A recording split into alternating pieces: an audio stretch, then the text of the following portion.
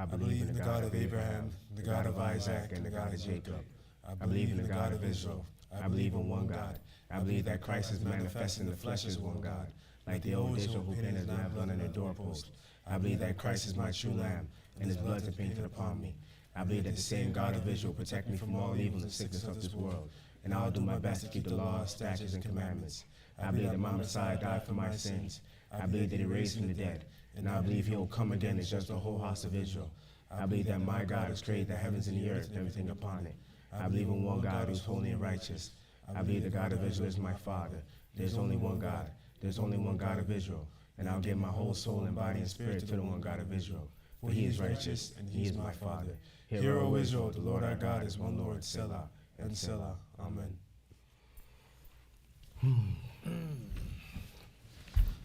All right. Testing, check, 1, 2. Peace. Peace, brethren. Peace, all those in cyberspace and YouTube. We're rolling right now, right? We're live.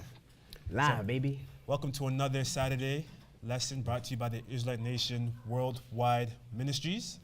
For those of you that don't know me, my name is Teacher Ezekiel, and this is... My name is Christopher Porter. I'd like to welcome everybody to the Israelite Nation Worldwide Ministries, a nation that is within a nation. You know, our Heavenly Father, the God of Abraham, the God of Isaac, and the God of Jacob, he created the heavens and the earth, and we worship him in spirit and in truth, because this world is governed by the Spirit. And this is a spiritual organization. And our forefathers too, also the Holy Scriptures that was authorized by the Bible, the English translation in 1611. And just like how our Elder Michael says, our forefathers wrote about themselves, for themselves, and their Israelite descendants, who we are, hence why we are the qualified individuals to be teaching from this authorized Bible. Couldn't say better than myself. Yes, exactly. sir, This Bible is brought to you. It's for Israelites, by Israelites, written about Israelites. Everyone in here is either a friend of the Israelite or an enemy of the Israelite, etc. It's a fact. But before we dive into the message of today, which is from seed to fruit, the journey to reaping what you sow, I have a few books up here that I just want to do a quick shout out to. Yes, our plugs. First up, The Truth, the Lie, and the Bible Companion. You need to check this book out. You can find it on Amazon or the ICME bookstore. We also have The Forgotten Israelites, part 2 of the series. Highly recommend. If you don't have a foundation in biblical knowledge, this is the book for you. The last one, The Word, the Israelite, and the Dam. All 3 can be found on Amazon or ICME bookstore. So if you have a chance, go check them out, go read them. They're a really good read. They're not too long. High informational stuff there. And they're great guys. They're great for in the beginning when you don't have a lot of understanding. Because a lot of people read this book, and a lot of people I quote you a lot, I quote you a lot. When you say a lot of people have the knowledge, they may have the wisdom, but they don't have the understanding. The understanding is only for a select few. 100%. A lot of people read this book and they take this book out of context all the time. But these books here, it kind of takes your hand and it walks you down to that level of understanding. Because everyone's always saying, "Oh, the Bible's about interpretation. That's your interpretation. This is how I interpret it." Like interpret. Like at this point, it's so convoluted. The discussion between biblical knowledge is so convoluted. Nothing can be truth or factual. It depends about how I feel, my subjective feelings about this topic. And it's a huge mess. It's partially why we have so many, why they have so many denominations over one book, When I was younger, a man once told me that it's not about what you think is right or what you think is wrong, because like you said, all of that is subjective, but it's about what it is or what it's not. And once you understand what it is or what it's not, that's when you can start to find peace in your life. And Chris, I could tell you what this is. What is This is not a Christian book. No, it's not. This is not a Christian book. Like I said, from Genesis to Revelation, it's all about Israel. And I'm so glad we're having this conversation because this is going back to the basics. Once again, all those guests that are out there in cyberspace, brethren, the story or the message of today is from seed to fruit, the journey of reaping what you sow. Reaping what you sow. What comes to your mind when you hear that? Reaping what you sow. Reaping what you sow. That goes, I feel like it plays along so well in the season that we're in. This is still Passover season to me. I still feel Still the beginning of the year. It's still the beginning of the year. You go outside, well, right now it's raining right now, but I love the rain. The rain is good. That's process for growth. That's the process of growth. That's, and, you know, it kind of, look, it even ties in. That ties in the whole cycle of reaping what you sow. You know, the elements and the seasons and the conditions are important in that whole cycle in order for that cycle to move forward. You know, reaping what you sow. When I think about that, I think about this season and sowing. You know, you would reap around this time. You know, the springtime, you know, is the time where, you know, the fruits start to bear. You know, you go and you get your you know, the cherry. I was just talking to one of my aunties about going to my grandfather's house because he has a big cherry tree in his backyard. And it's this time of year, every year. Well, it depends. It depends on who's pruning the tree. I ain't gonna get into the details, but, you know, normally this time of year is the cherry picking time of the year. You know, and it's just every single year it's just like that. But just when I think about reaping what you sow, there's a lot of, it's so multi-layered, man, because you could go in so many different directions. Exactly. You go in so many different directions. And I think we could touch on a lot of them, too. We can. I don't think we have enough time for everything, but No. we'll do our best. We got 2 hours. It'd be good to talk real slow. 100%. And starting off with spring, you know, planting the seed, you know, dropping that seed, getting things ready, having that initiative, that vision, conceiving the idea or conceiving the family. Right. And I say conceiving the family because I want to take this back to the very beginning in the book of Genesis. And even where I'm at the point in my life, the basics is always very, very, very important. Like, there's always tons of conversations where I'm having with a bunch of people from different philosophies, backgrounds, and cultures that would challenge the truth of this Bible. And it's crazy how I only have to bring up the basics just to lay my point, just to lay down the solid foundation in these conversations. And you know what the funny thing is? When you talk about the basics, you know, the foundations, because we talk about reaping what you sow, and we talk about the seed, hence the conversation. And the seed is the beginning, right? It's the foundation, and it always ties back to what is the beginning? What are the origins of what you do? What are the origins of what we do or where we even come from? Or why do you do what you do? Exactly, because Maybe in the you can beginning, answer that question, you know. Bro. Why do you partake in those cultures and those practices? Why do you it's all celebrate passed Christmas? down. Why do you celebrate January 1st as New Year's Eve? Where did Valentine's Day come from? Why do you do Easter? Whose Mother Day are you celebrating on May 12th? Whose mother is that? Is that your mother? Like, why do you celebrate Mother's Day on that day? You know? I don't even know who that is. It's beyond me, man. But the world does it. So these are the kind of questions you got to really ask yourself. What are you partaking in? Are you doing it out of ignorance? Do you know what you're doing? Why do you do these things? Where are those origins at? What are the foundations? What seed does that come from? You know? I think that's a great segue into the seed that we come from. 100%. You know, the seed, so you know what I mean? So let's go ahead, let's open up our Bibles, our Bibles. And for those of you that are out there, we're using the King James Version of the Bible. King James Version, that's the only version, the authorized version that we use. All the others, good luck with that. We use any of the mixtapes or the remixes, none of the other ones. The Theodore's version, None the of King that. James version. All So right. let's get into, so you want to start off with the first scripture All there? right, all right. Genesis, the So if you guys beginnings. can turn to Genesis chapter 12. And we'll read about someone. Genesis chapter 12 from the first verse. Now the Lord had said unto Abram, Get thee out of thy country, and from thy kindred, and from thy father's house, unto a land that I will show thee. And I will make of thee a great nation, and I will bless thee, and make thy name great, and thou shalt be a blessing. And I will bless them that bless thee, and curse him that curseth thee. And in thee shall all families of the earth be blessed. Let me read that one more time. In thee, actually, we go to verse 3. And I will bless them that bless thee, and curse him that curseth thee. And in thee, in you, Abraham, shall all families of the earth be blessed. Please keep that in mind as we go through this whole story today. So Abram departed as the Lord had spoken unto him, and Lot went with him. And Abram was 75 years old when he departed out of Haran. He's an old guy. He's an older guy. He is. And Abram took Sarai his wife, and Lot his brother's son, his nephew, and all their substances, and they had gathered, and the souls that they had gotten in Haran, and they went forth to go into the land of Canaan, and into the land of Canaan that they came. Abram and his wife. But notice verse 3, Chris. Notice verse 3. Let's read it again.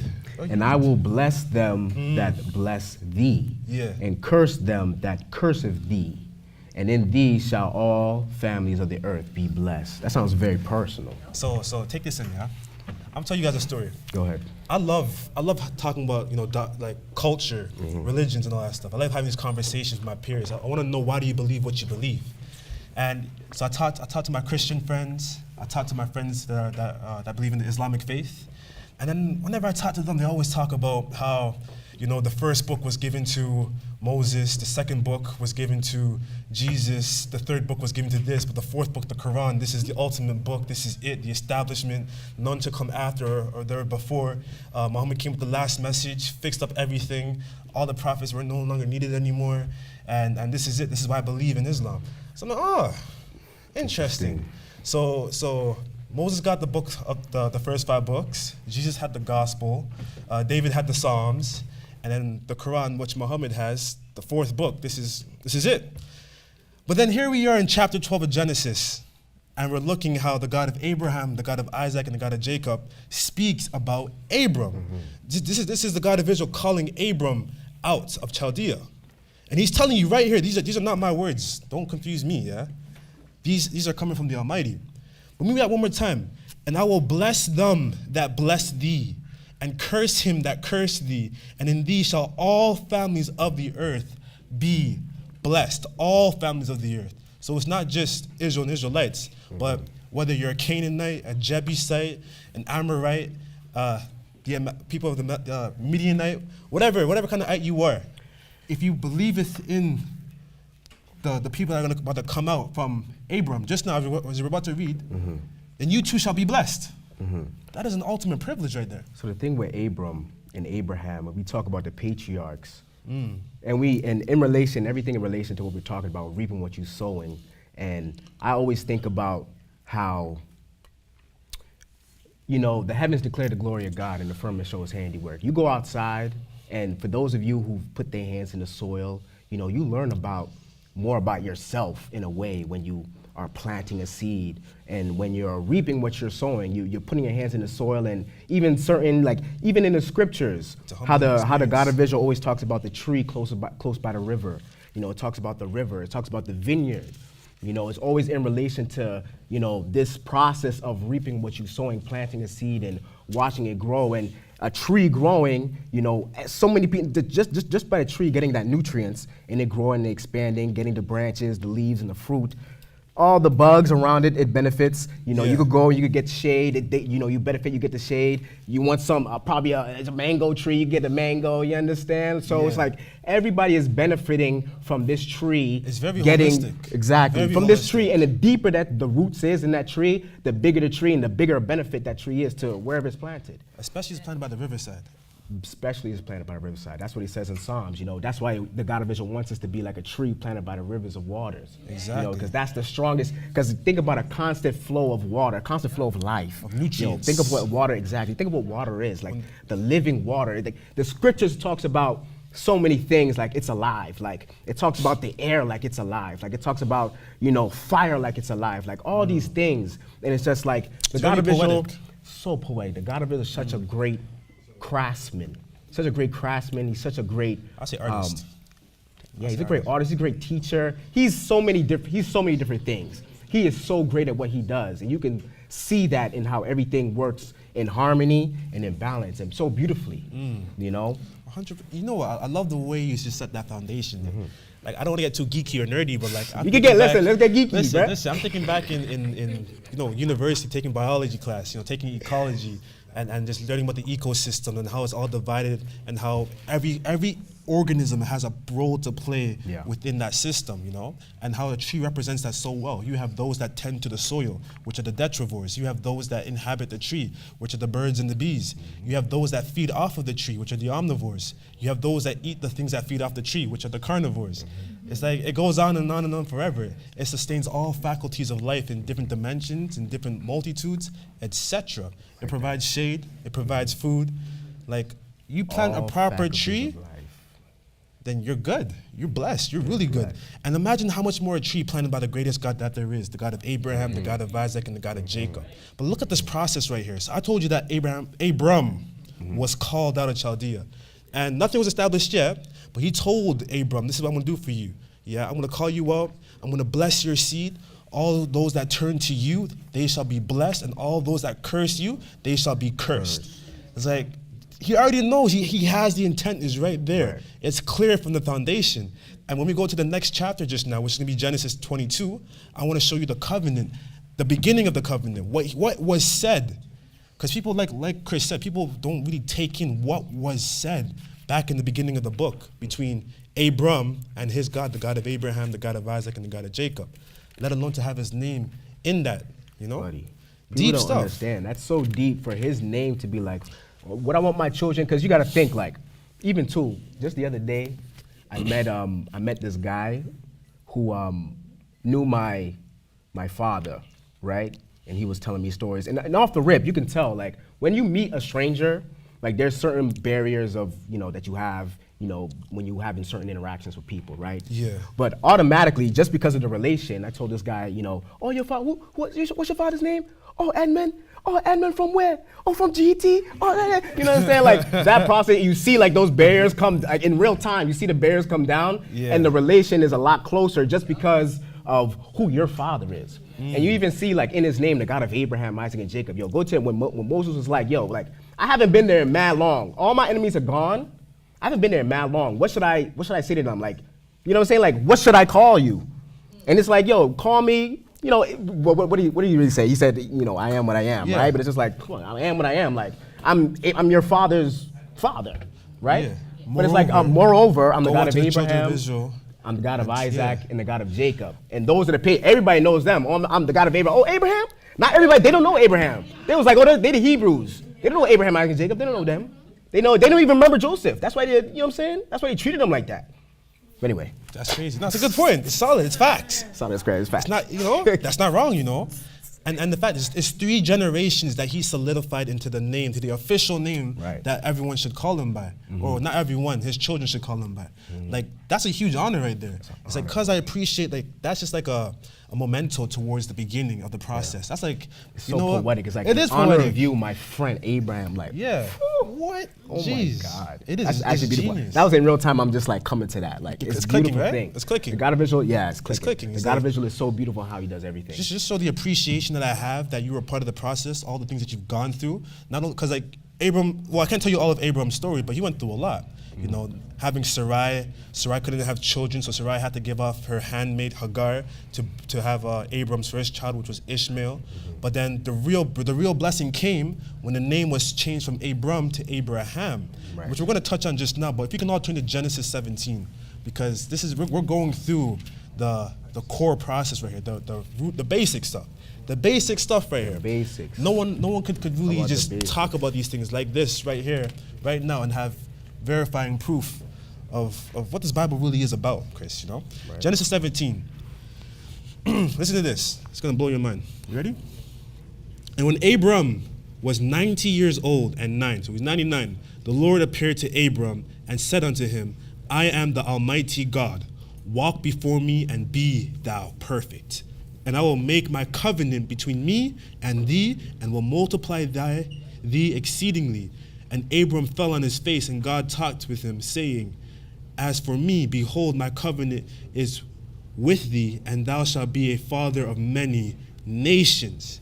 Many nations, not just one, not just two, but many nations. So this is the beginning. You're seeing a great conversation between Abraham and the God of Abraham, Isaac, and Jacob. Neither shall thy name any more be called Abram, but thy name shall be Abraham. For a father of many nations have I made thee, like we just spoke about. And I will make thee exceeding fruitful, and I will make nations of thee, and kings shall come out of thee. And I will establish my covenant between me and thee and thy seed after thee in their generations, for an everlasting covenant, to be a God unto thee and thy seed after thee. So peep game, though. Yeah. So I'm gonna stop there. people be saying, so we're like in the process. So we're talking about reaping what we're sowing, right? Yeah. So there's a process with everything. Like you have to get into the preparation. The preparation. Right? And now we're talking about the origins. So you see the preparation happening. She couldn't have no babies before this moment, right? Exactly, you couldn't. You couldn't have no babies before. You understand? You couldn't have no babies, right? Now there's a spiritual preparation that's happening here. His name is changing from Abram to Abraham, right? And now you're going to be a father of many nations. Now the seed that you plant, the seed that you plant is you're going to reap that now. Because before, you put the seed in the soil and there's nothing that comes out of it. Nothing comes out of it.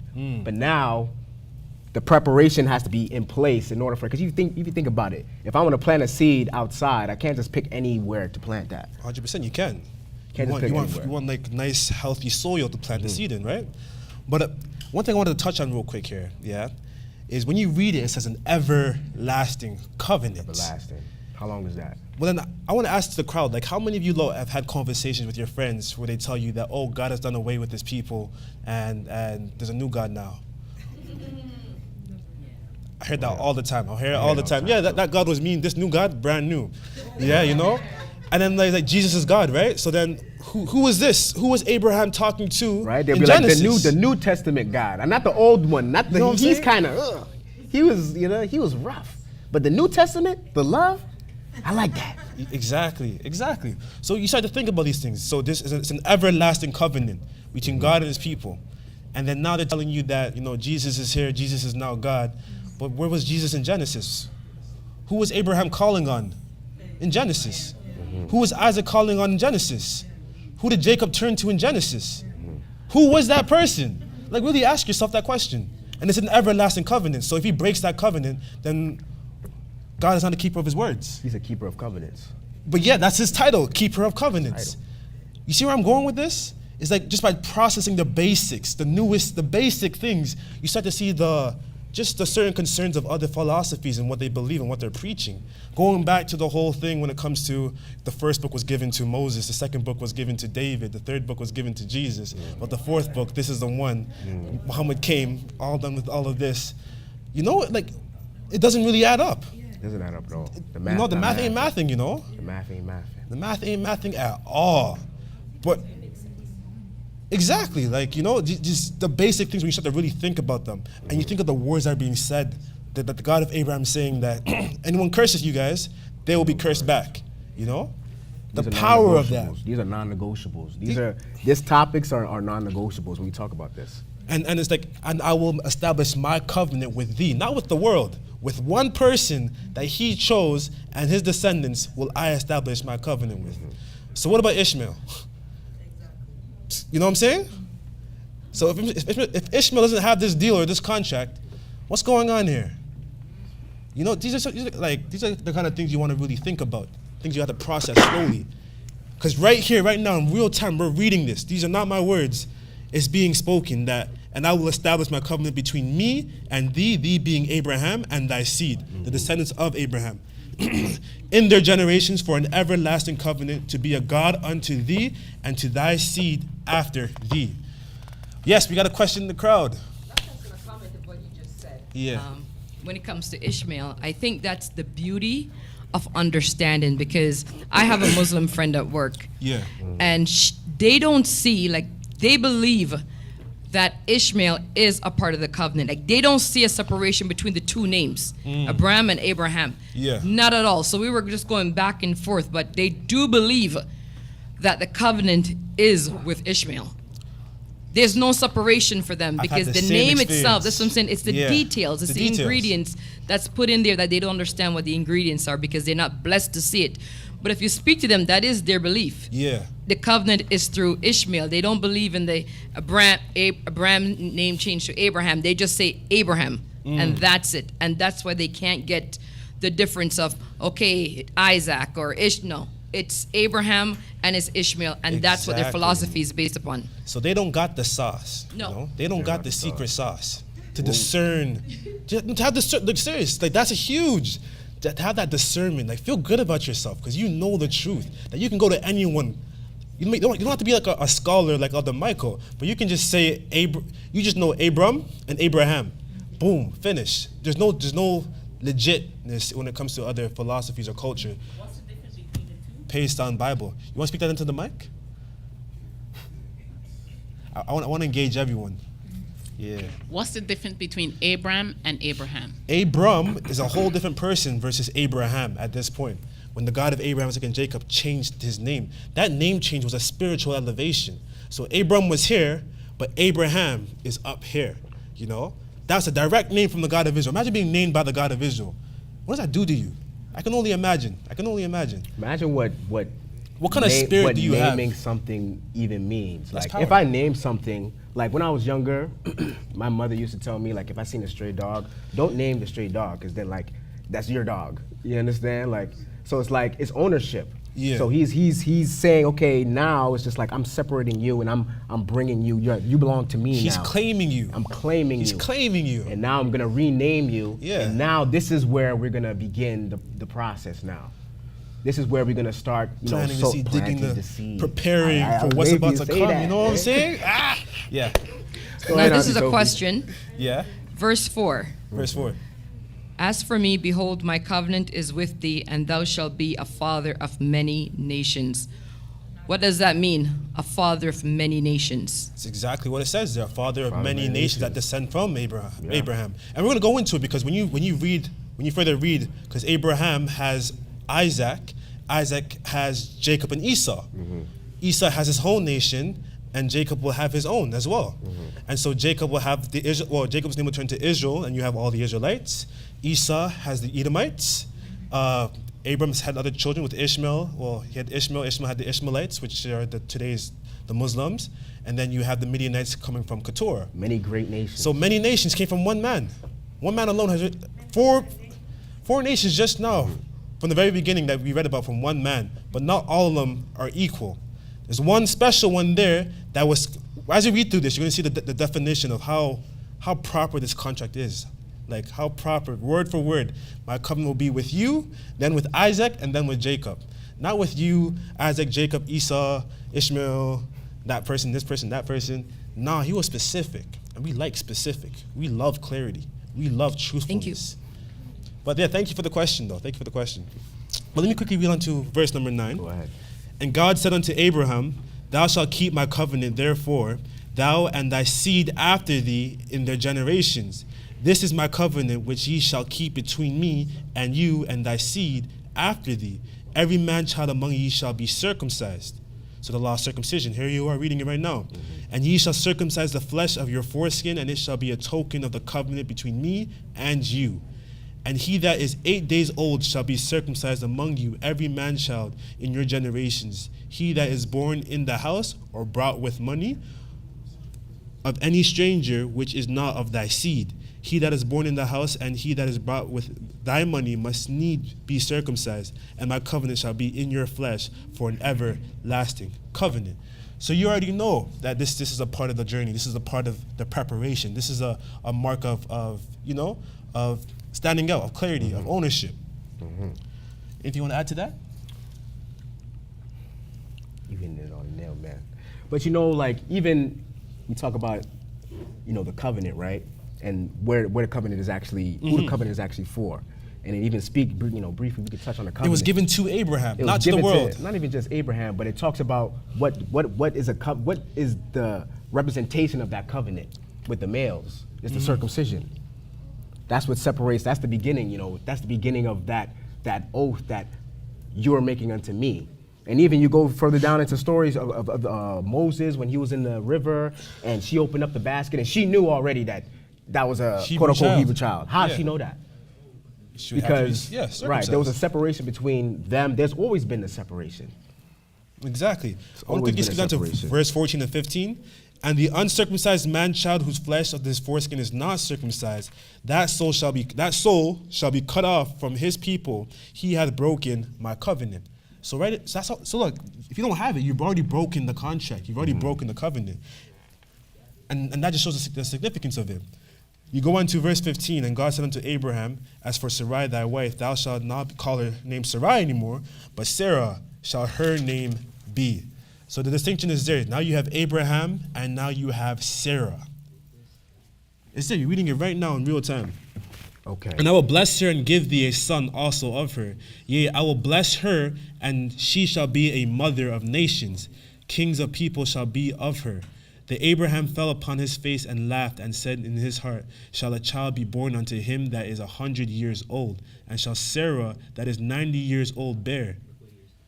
So Abraham's 100 years old and Sarah is 90. That's crazy. And the God of Abraham and Isaac and Jacob is telling you, you're going to have a child just now. And he's starting this process now in their life. They've lived a whole entire life before this moment.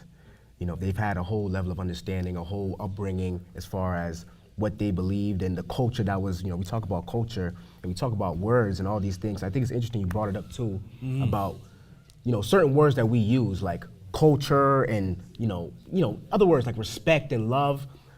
So many people have their own definition of all these different types of words, but it's like, and you could be talking about something and you think that you're talking about the same thing with somebody as in regards to that word, but it's like, that same person doesn't have the same definition of that word that you do. It's deep. It's You deep. you talk about culture, and it's like, what really is culture? And you see like the culture is, something that's passed down generation from generation. Like this is something that's a culture that's being cultivated right now. Exactly. A culture that's being built up. And just to solidify my point, because we're always talking about everyone has their own interpretation and this and that. Listen to this, yeah? So I'm skipping on to the 19th verse.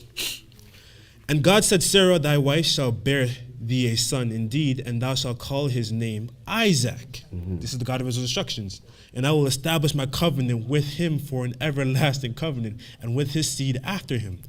And as for Ishmael, I have heard thee. Behold, I have blessed him, and will make him fruitful, and will multiply him exceedingly.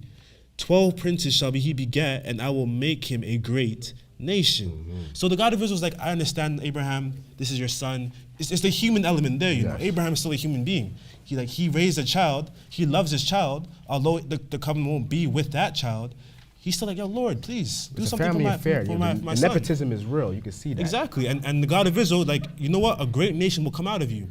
Look at today. You have the whole nation of Islam is huge. So that's a keeping of the promise, though. And I think that even ties back to when we read about how, the tree, how everybody will benefit from that same tree. This is through grace. Exactly. That, you're being blessed. And it ties back, those who bless thee, I will bless thee, and those who curse thee, I will curse thee. And we'll touch on that for sure, too. We'll touch on that for sure as well. And he left off talking with him, and God went up from Abraham. And Abraham took Ishmael his son, and all that were born in the house, and all that were brought with his money, every male among the men of Abraham's house, and circumcised the flesh of their foreskin, the selfsame day as God had said unto him. The self-same day as God had said unto him. That is discipline. He took the order and he did it immediately. That is a good soldier. That's an obedient child. That is a man of valor. He didn't waste no time. Waste no time. Lord gave a commandment, and that commandment was fulfilled. I wouldn't waste no time neither. 100%. Well, I'm waiting on. I'm gonna do that exactly, tomorrow. Took everyone too. It wasn't just right? him. Yeah. Get up. I do it now 3 days from now. That's crazy. I like how serious he's taking it too. It's not just an everyday instruction. Do you have a question over there?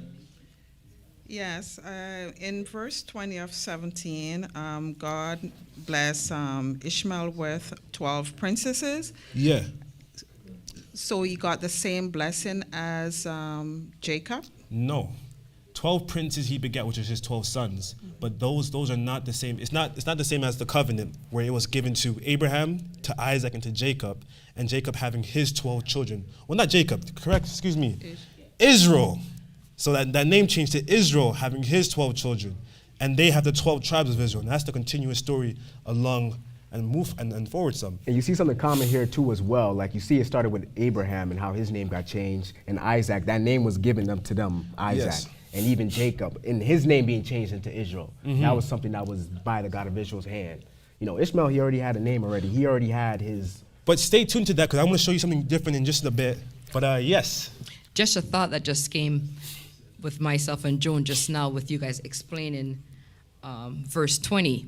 I think what the Muslim miss is that this is a parent. Yeah. So he didn't get blessed just like Isaac, because Isaac was part of the covenant, but he got blessed because the God of Israel said, you know what? I know he's your son, man. I know, you know what I mean? like It's one that, of those. yes. It's It's a you know what I mean? byproduct. It's a byproduct. It's like it's to It's his help firstborn Abraham son. too. It's to Yeah. help him. Because you don't want your son out there in the world. It's still your son. Yeah. So to bless him and to give him comfort, he'll be taken care of. You don't worry about it. And that's what it is. But it's not that this is the one that I've chosen, this is the one, you know what I mean, that's going to be with the covenant. No. It's, I am comforting you. So in today's time, it's like you could say, well, I have a good friend. You know what I mean? And something, let's just say, happened with the good friend. And you say, God of Israel, you know, it's going to affect me. Yeah. So he would, you know, do certain things because, you know what, he wants me to be okay. Exactly. And I think that's what that scripture is mentioning, is not, it's the feelings. It's, It's the feelings. you know, it's the feelings, you know. He's going to be good. I got him. Don't worry. Type of thing. 100%. That was beautifully well said. Beautifully well said. That's not even what Abraham wanted. He didn't even want to. If he could have his way, he would have his cake and eat it too. Yes. He wanted it all. But Sarah was like, nope, get her out of here. He was like, that's his firstborn son. It's crazy. You gotta think about that. Especially as a man, like your firstborn son. So of course, like Auntie Sophie was saying, this, you know, I understand, like the human element. The human element. Yes. And you know, just to even touch more on that, because it's a blessing. Like he's establishing the blessing. So imagine that blessing just impacting everyone around them. You know, if you're Abraham's friend, you're probably making money right now because, you know, Facts. you're associating with the original person, with the progenitor, with the, not just the progenitor, but the patriarch of Israel. So just being in his near presence is people are benefiting from it. And that's what it means to be, like, that's the power of the God of Israel. Like, imagine how many people are benefiting off of you guys right now because you guys are Israelites and doing what you're supposed to do. You know what I'm saying? Like just think about that. And you read that back in Genesis 12 when it tells you that those that Blessed, you know, bless the family will also be blessed as well. You know, those that do right by you will be blessed. And you see that in countless amongst the stories, many stories throughout the Bible. Yes. I just wanted to further comment on what Elder Sophie just said. And the difference between verse 20 and 21, you got to pay attention to the key word there. And the key word is But my covenant. covenant. Yeah. Yeah. Blessings and covenant. My So one got contract. blessings, and that blessings is the sons and the riches and all of that stuff, Yeah. like financial, physical stuff. And the covenant, which is a spiritual thing. Yeah. A spiritual covenant. That's the difference between Ishmael and Israel. That's beautifully well said. Yeah. And not just the covenant. So just the covenant, but as well as the name change too. Yes. And I want to quickly show That you something before covenant we is move a on. contract. The contract, 100%. But I want to show you something. Go to Genesis 22 real quick. I know I'm going everywhere at this point. There's going to be one verse. Genesis 22, the second verse. It's all relative. It's all relative. And he said, take now thy son, thine only son, Isaac, whom thou lovest, and get thee into the land of Moriah, and offer him there for a burnt offering upon one of the mountains, which I will tell thee of. My only son. How can that be if he had Ishmael? Let me ask you guys, how can that be if he only had Ishmael? Why would it be written here that God was telling Abraham to take his only son Isaac, but he had Ishmael for 13 years? How do you explain that? Yeah. How do you explain that? Yeah, I'll throw this back in the audience. How is it that Abraham, who had Ishmael and Isaac, and the Bible is telling you that his only son is Isaac? What's going on here? One is Abram, Yeah. that physical man Yeah. that the God of Israel chose. The second is Abraham. Mm-hmm. It's after the spiritual transformation. It's like a new man. Exactly. I will make you a new man. Exactly. The name change is spiritual as well, and that makes him a different person.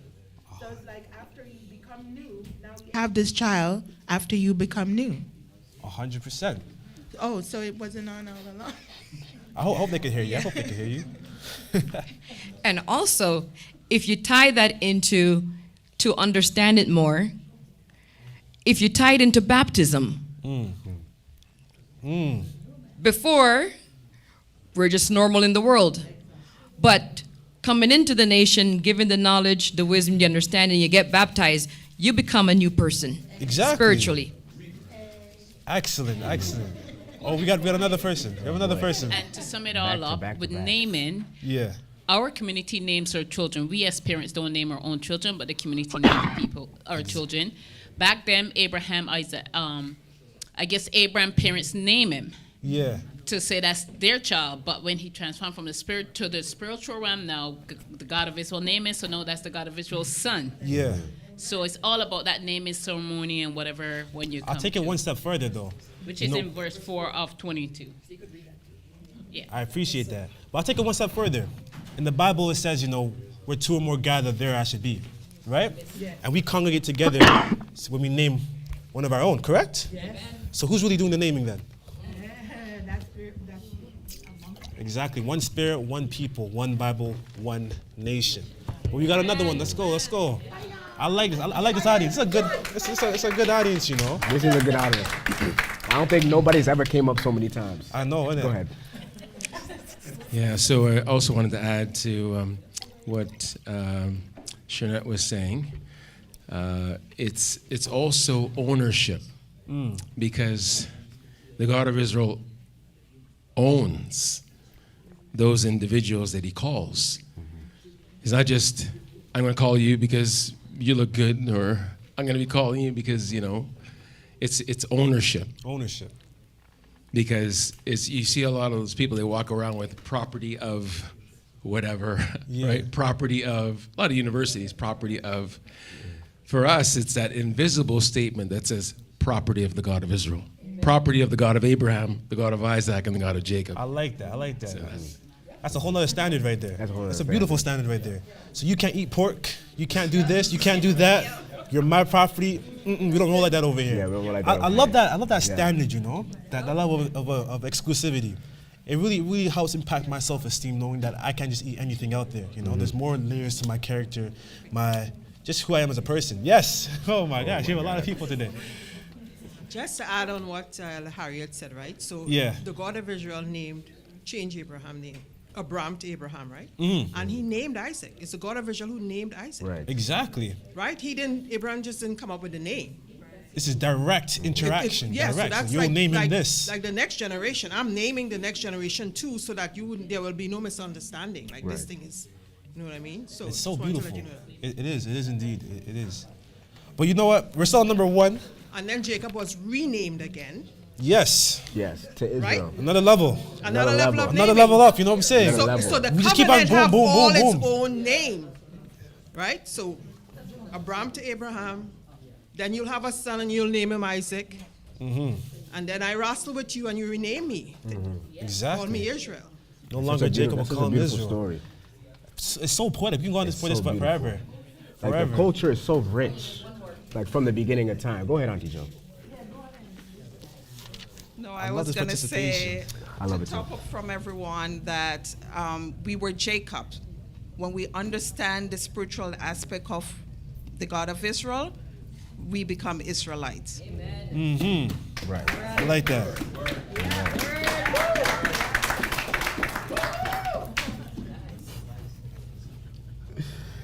All right. All right. So we could go ahead and we could continue. So we're layering it up. So to tie it all back. So yeah, just to tie it all back. I know we've been here for like a whole 45 minutes, but like it's beautiful. How It's can, so how, can you really beautiful. blame me? You know? No. It's deep. It's deep. It's deep. This is home. Oh man. Like, just planting the seed in there. But just wrap it all up. Just wrap it all up for that one point. Abram turned to Abraham. Abraham and Sarah had Isaac. Isaac then had Jacob. Jacob's name changed to Israel. And this is the beginning of the Israelites. These are the And the patriarchs. 12 tribes of Israel. The patriarchs. Your forefathers, And if you want more context, just go to Genesis 28, 1-4, or Genesis 32 for the other one. But 28 from 1-4, which will tell you about the blessings, because there's so much to cover here. So I want to skip that. But Genesis 28, if you want to read more about that. So you planted the seed, you invested, you saw the vision, you were preparation, but now it comes to the effort and dedication. Remember, the title of this message today is From Seed to Fruit, the journey of reaping what you sow.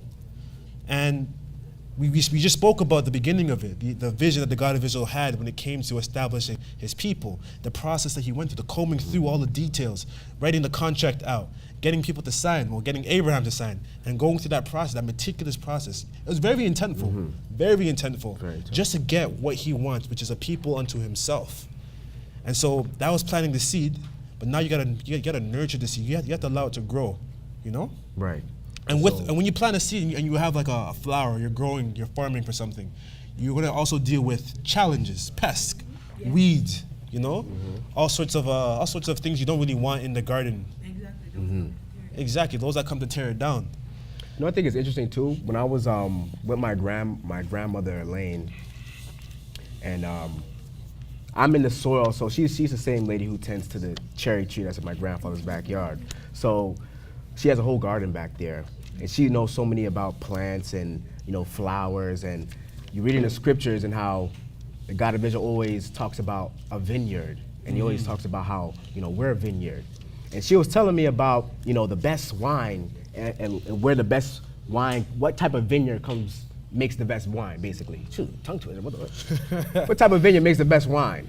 And it's like the vineyard that goes through the worst conditions, like the most harshest conditions, produce the best wine. And I just thought that was just so interesting, because it's just like, that's a constant relation between us and the God of Israel. It's just like the vineyard, but you see so much of the suffering and just like, you know, because, you know, when you plant the seed, it still has to go through the cycle. It has to go through the different season. You got to go through the winter times now, harsher seasons. You know, the ground is tougher now. So it's like, but it's still all necessary in order for you to reap what you sow, right? Exactly.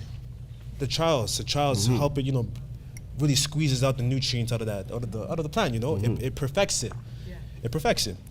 100%. And that's what I like. But you know what? We're going to go to the book of Galatians. I think Galatians really sums us up very well. Chris, you got that? Yeah, I got you. So Galatians, let's go to Galatians chapter 6. And we're going to do from 1 to 10.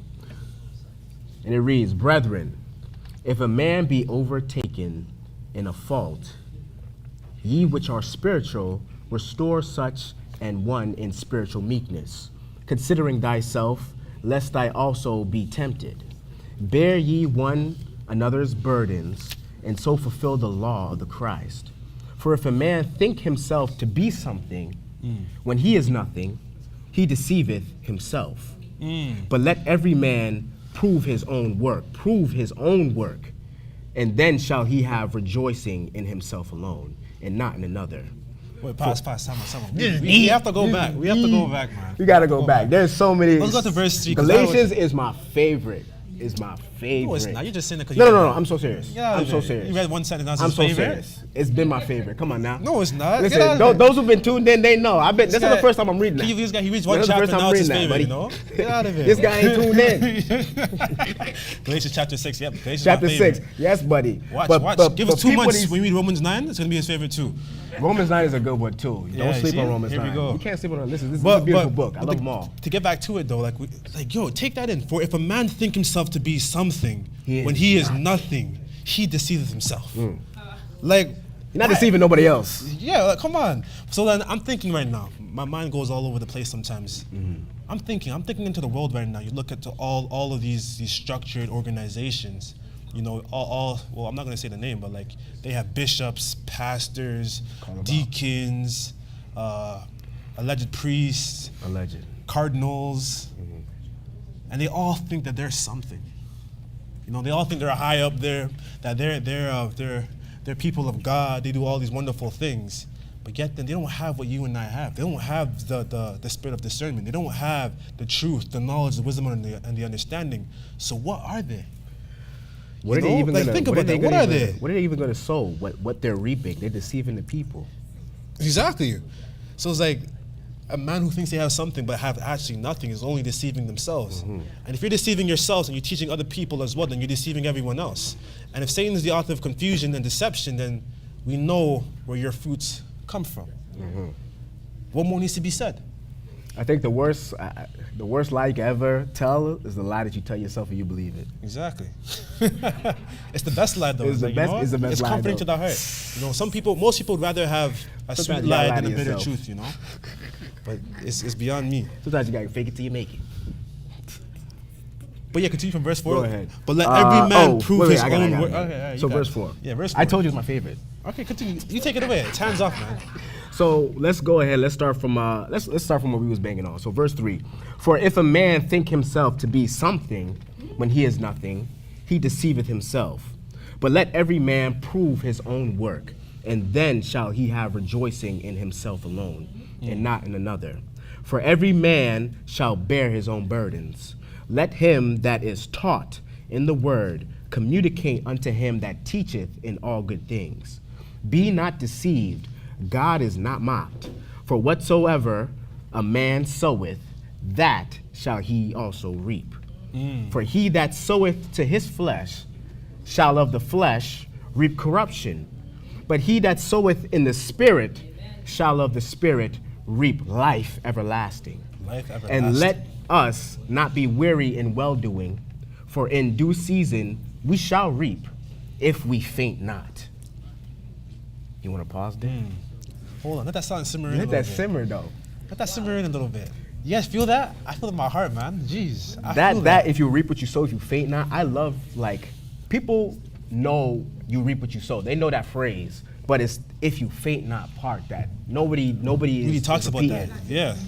They dismiss that part. Even when they talk about, money is the root of all evil. It's like the full scripture is money is the root of all evil. If the love of money is the root of all evil. Like they like to remix everything. Go ahead, Anisobi. No, that's exactly what I was going to be saying, because even here in the Israelite nation, we're always talking about the importance of just not showing up just to feast, or, you know what I mean? Oh, you got to show up to the services of God. Yeah. You know what I mean? You got to love that. water your spirituality, and your spirituality has to be planted by the river. If your spirituality is just on the back burner, but every time we see you maybe once a year because I'm working on this day, I'm working on that day, I'm working on this day, I'm working on that day, then that is off the flesh. You have to think, I don't think a lot of people think about, which I do all the time, life after death. Yes, yes. Because we think about the now, but we don't Yeah. think about what happens after. And I think if we put that into our mind, is what that scripture is talking about. It's the spirituality that should come first. It goes back to the previous section of preparation. You're preparing for something. Like right now, we're talking about the preparation of this family, but our lives in and of itself is a preparation for the shadow of what is to come. You know what I'm saying? Like we do the things that we do because when we pass over and you walk through the valley of the shadow of death, you want to make sure that you have help there with you to get to where you need to get to. You know, you want to make sure that you're doing right. So it's time for you to be a part of that next stage, that next army. You're not a lost soldier. Yes. You know, you're not someone that's out of character. That you're not trained to do the job, because right here, right now is the training. And it goes back to the you know what happens to a lost soldier too? They get AWOL. You can't even come back. exactly To your absent without even come back to your without country. leave. Yeah, Can't even come that's back. that's court-martialed right there. You go to prison. country. Now you're a vagabond. Exactly. But it just goes to show that's why you should take pride in what you're doing. Everyone says that, oh, God loves me. Why would God love a person that's not doing the things that God requires them to I do? got you. You know what I'm saying? It's those basic things that need to be done in order for you to be reproved in your actions. One of my favorite quotes, I say this all the time because I just love it. Like, where the heart is, the feet does not hesitate to go. I keep on saying all the time because your actions will always tell you what you believe in. That's a fact. You know, like, what do you believe in? If I really believe that this God, the God of Abraham, Isaac, and Jacob, is the greatest God there is, then I can take time out of my life to have a feast upon to the Almighty. And even in the scripture, when it talks about when you sow it into your flesh, what do you reap? You're going to reap corruption. But if you sow into the Spirit, you reap in what? Life everlasting. Life everlasting. So I think it's beautiful. It's The just Spirit such is life, exactly. Exactly. The Spirit is life, right? It's and I poetic. think that's so poetic. And the God of Israel calling himself the God of the living. You know, I'm not the God of the dead. And the separation from the dead. And then the life everlasting. You even think about the body. The body expires, but the Spirit, it lives on forever. Like, and just think about that though, because I don't know. So like 4 years ago, I was on Instagram scrolling through Instagram, and I was shocked because a famous basketball player died in a helicopter crash. It was Kobe Bryant. I thought someone playing a trick on me because like, wait, what? Kobe? No way. And then a few hours later, I saw a fan art of Kobe playing basketball with Jesus in heaven. Crazy. Yeah, it was bizarre. So Kobe was playing basketball with Jesus. It was a white in heaven. Jesus? It was a white Jesus, yeah. It was long hair, long luscious hair and everything like that. You can see the sheen and everything. I'm like, and it gets you thinking, because everyone thinks, don't get me wrong, no shit on Kobe or anything like that. Mm-hmm. But like, that's great. He was a great basketball player. But did he do the things that was required of him to do according to the scriptures? You know what I'm saying? Did you do what was needed to be done? Mm-hmm. And then everyone says, oh yeah, he went to heaven. Yeah, Biggie, he died, he went to heaven. That person died, went to heaven. It's like, yeah, everybody exactly. went to heaven. Oh, Dog dogs died? go to heaven, yeah. Exactly. It's like, heaven must be packed at this point, with everyone just out there going to heaven. It must be mad packed up there. But it just goes to show, like, you may have all these things in the physical, but what did you do for the God of Abraham, Isaac, and Jacob? How did you advance his army? How did you edify people? Mm-hmm. You go to 1 Corinthians and you read about the Spirit, and it tells you about speaking in tongues, but it tells you about the one who edifies and teaches, that one is greater than the one that speaks in tongues. Yeah. Mm-hmm. It shows the importance of teaching and passing on the knowledge and the greatness of our God. That the sole duties that we have as Israelites is to teach all nations. Teach all nations. And that makes even sense why this is a family affair, because that's how the culture gets passed down through the children. Exactly. You're going to teach, the mother's the first teacher for the child. She's going to teach the child, and when that child gets older, that's going to get passed down for the child. So it's like, you look at it Passover. makes sense why it's a family structure. You look at Passover, where the oldest will tell the very youngest in the congregation why we're doing it. Mm-hmm. And we had our Passover, a month ago? And we do it every single year. The youngest child and the oldest person will pass down that knowledge in real time, right there and then, why we do what we do. The why is so significant, man. I can't stress that far enough. You can go out there to anyone right now and ask them, yo, why you do Christmas for? And they're going to say, yeah, it's for my family. It's for my family. It's for the children. It's for the children. Yeah, man, don't worry. It's for the family and the children. Right. Why you celebrate Halloween? Oh, yeah, it's just for the children. It's for the children. But they target the children. Yeah, they do. It's because smart. The children, like I said, it's so smart. It's very because smart. The children just going to continue to do it. They just, I used to do it as a kid. You know these things I used to do as a kid that just like, I used to do it as a kid. So it's just like, yeah, you got to do it too. Just because I used to do it as a kid. It's a nostalgia thing. We're flesh and blood, and we tend to always move towards, those type of, that type of pattern to whatever the flesh wants. And that's why the title of it is fruit from seed to fruit, the journey of reaping what you sow. We ourselves, the plan that was there to establish us, the God of Israel's glory, in the field. Like, you need this protection. There's gonna be bugs, there's gonna be parasites, there's gonna be all sorts of manner of things that are gonna try to cut down this tree or break down this flower. Mm-hmm. And right now, right here in this very life that we live in, we face those things day in and day out. They come in all sorts of forms and manner, whether it's your priority for work, whether it's people that are trying to turn you away from the Lord God of Israel, whether it's just other priorities in your life that's just not set straight or that doesn't prepare you for that next life. Mm-hmm. Mm-hmm. And that's what it means to be on this path. It's like, it's not those that just know it and then just say, oh, I believe in God. It's those that endure till the end. Endure till the end. It's not a part-time job here. You reap it's a what you sow commitment. if I faint not. That's the part, I faint not. Exactly. Would you read that again? You're going to read? Oh, yeah, let's read it again. Let's read it again, brother. So that'll be verse 8. For he that soweth into the flesh shall of the flesh reap corruption. But he that soweth into the Spirit shall of the Spirit reap life everlasting. And let us not be weary in well-doing, for in the season... Did I skip it? Oh, I did. There was one before. Either way... Yeah, keep going. You're right. 9. And let us not be weary in well-doing, for in due season we shall reap. Oh, yeah. If we faint not. Faint not. Yeah, right Sure. there. Appreciate it. Thank you. If we faint not. If we faint not. Cheryl. But yeah, that just goes to show it's like it's a committed job. It's commitment, man. I can't stress it. It's commitment. But it's also, there's a caveat to that too. So it's like, What's if the I faint not. So I'm in a condition where it's like, yo, you could faint in this condition. Those are some harsh conditions that you're in. Mm-hmm. Like, there's a level of suffering that is within this process of reaping what you're sowing, right? And just like the whole process of just like that whole sowing into the Spirit and reaping everlasting life. Like, there's a level of suffering that is a part of that as well. And it's like, that's a part of the game. It's just like, you don't get to not not suffer in this life. Exactly, that's a privilege. I don't think depending on how you even grew up, like pain, everybody has to go through pain. Like you have to. But like, what is the meaning in the pain though? Like, what is the purpose? What is the purpose? What is the purpose? Like, why? Because even, I told you that Galatians is my favorite. Galatians in chapter 5, it talks about the long suffering and how it talks about the spirit that, because we talked about the nurturing, right? The type of spirit that is needed for that seed to grow. Yeah. And it's like long suffering. It talks about meekness. And it's just like the long suffering is always interesting to me. You speak about the wiring you mentioned. You know, a philosopher once said, you know, a gem cannot be polished without friction, nor a man perfected without trials. Facts. You know what I'm saying? That was Seneca.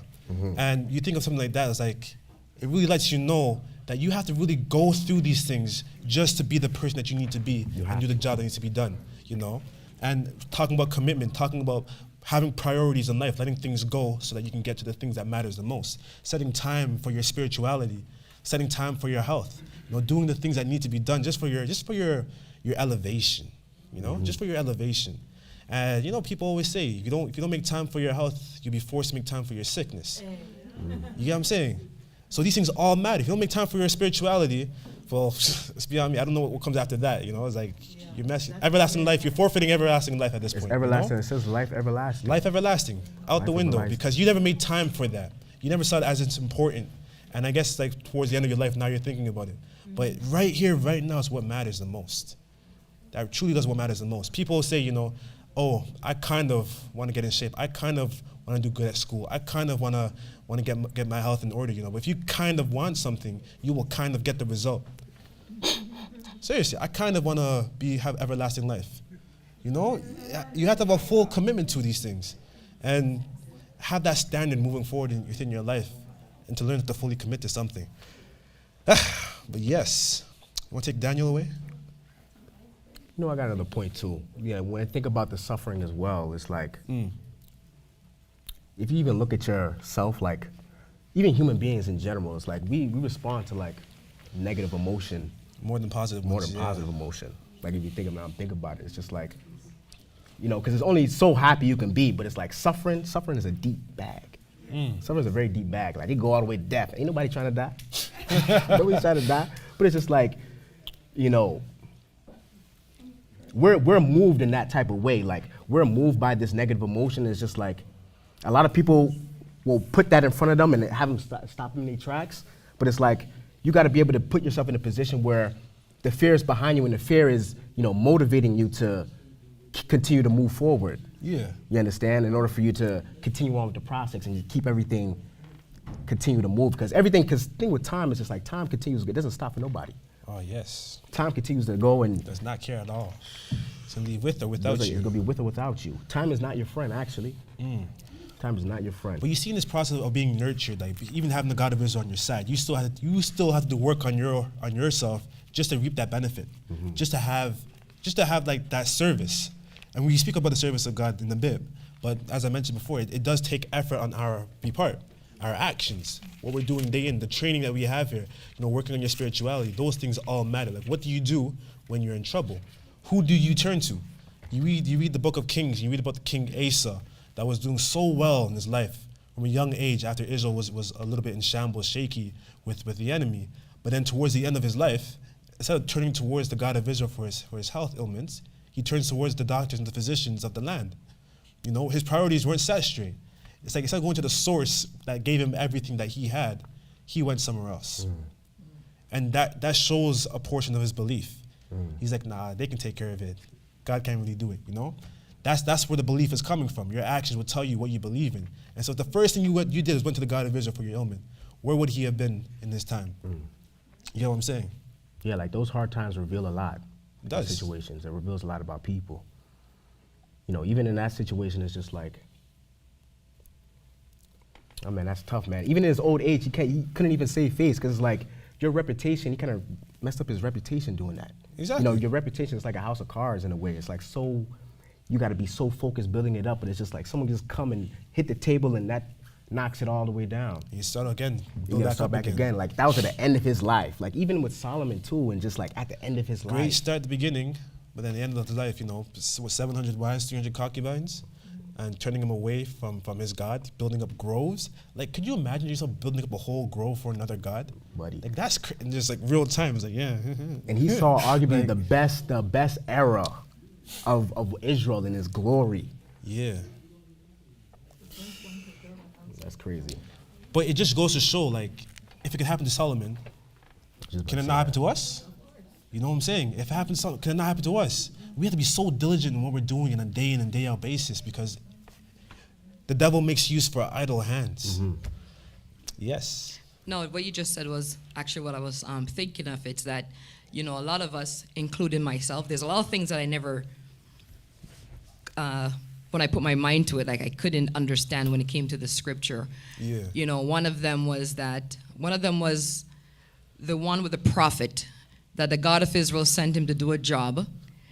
And he went to do the job, but the God of Israel told him, don't stop, don't talk to anybody. Once the job is done, you go way back, go straight back. But then another prophet stopped him. And then he went in, he said, God said, hey, don't worry, you could come into the house with me and eat. They went in and they eat. And the next thing is like, that prophet got in trouble. The one that was told, just go straight and come back. And I couldn't understand why was he in trouble, because it was another prophet that said, like, why was he killed? Yeah. But then it's Israel. And Israel, it's, you gotta really, stay in your lane type of thing. Because we could mess up each other. Yeah. We could sit down there and we could say, okay, with Solomon and let's just say the 1,000 women.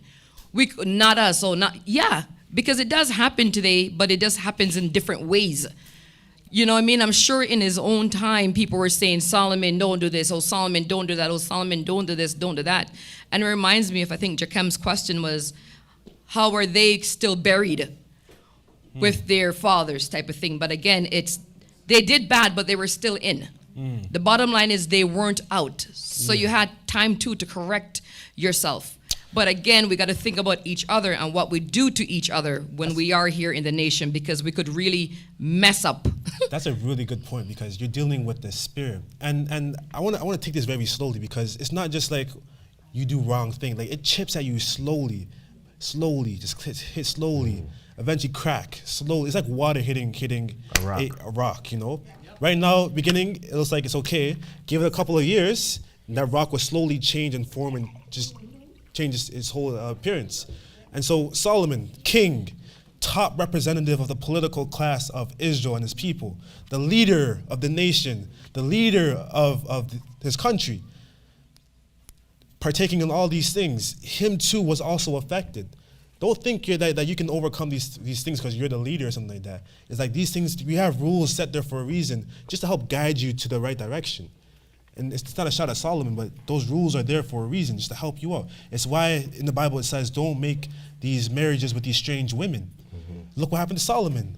Oh, I love you so much. Oh my gosh, babes, please don't leave me, don't go. I'll build up an altar up to Baal. And then, you see, you start compromising slowly on your principles. It's like when you're in the presence of temptation, you will be tempted, and eventually you will succumb. That's why that's like something you shouldn't really entertain at all, because if it can happen to Solomon, it can happen to anyone. Even Lucifer was corrupted. He was the right-hand man. Exactly. And then the other thing I wanted to mention, just back to your point, you look at Jesus, the 12 apostles. You look at Judas, the one who betrayed Jesus. And after the betrayal, he was like, what the heck did I just do? The knowledge came to him, so now he's guilty of the crime that he did. Right. He's like, oh my gosh. He was so filled with grief and guilt that let me go hang myself and break my neck. And even that wasn't the best decision, right, because as long as you're breathing, you have time to repent and correct that action. Amen. So he just jumped off the boat at this point. But yes, we have a question. It was something that Elder Sophie said that brought up the thought about this morning when we talk about Adam and Eve, how Adam listened to the voice of Eve when she went to him after being with Lucifer. It's the same with the man of God. Yes. The man of God got instruction from the God of Israel himself. Yeah. Don't go back the same way you went. and don't eat and drink in this place and all of that. Yeah. And then when the prophet came to him, the other prophet, he listened to the voice of that prophet rather than hold on to what the big man himself said. Exactly. The same thing, Adam got the instruction first.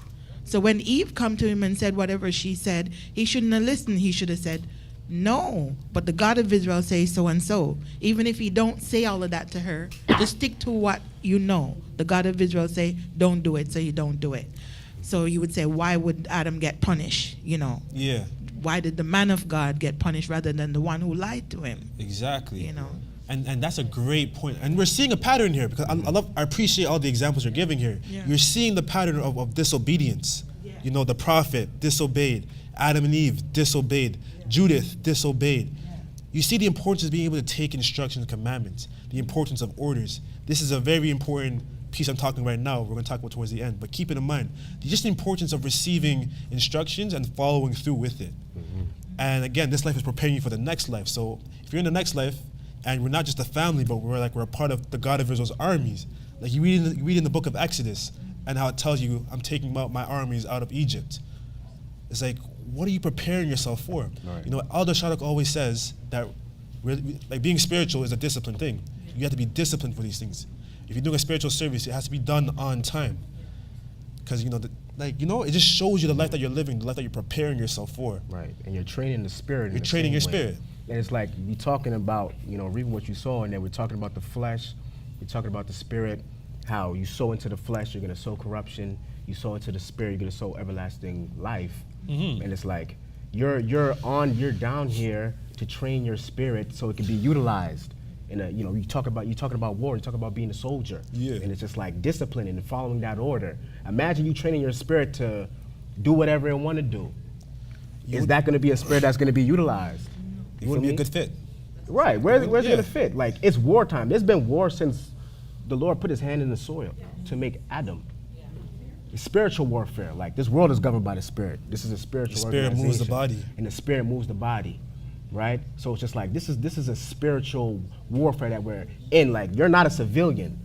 Like, you think you're a civilian. If you're going to move like a civilian, you're going to die. Like, you're not a civilian. Like, you got to move more militant. Like, it's about the order. Like, it's always about, like, and people will read that and be like, that's so harsh. It's just like, no, the order, the instruction is the instruction. Yeah. It's not just militant, it's organization.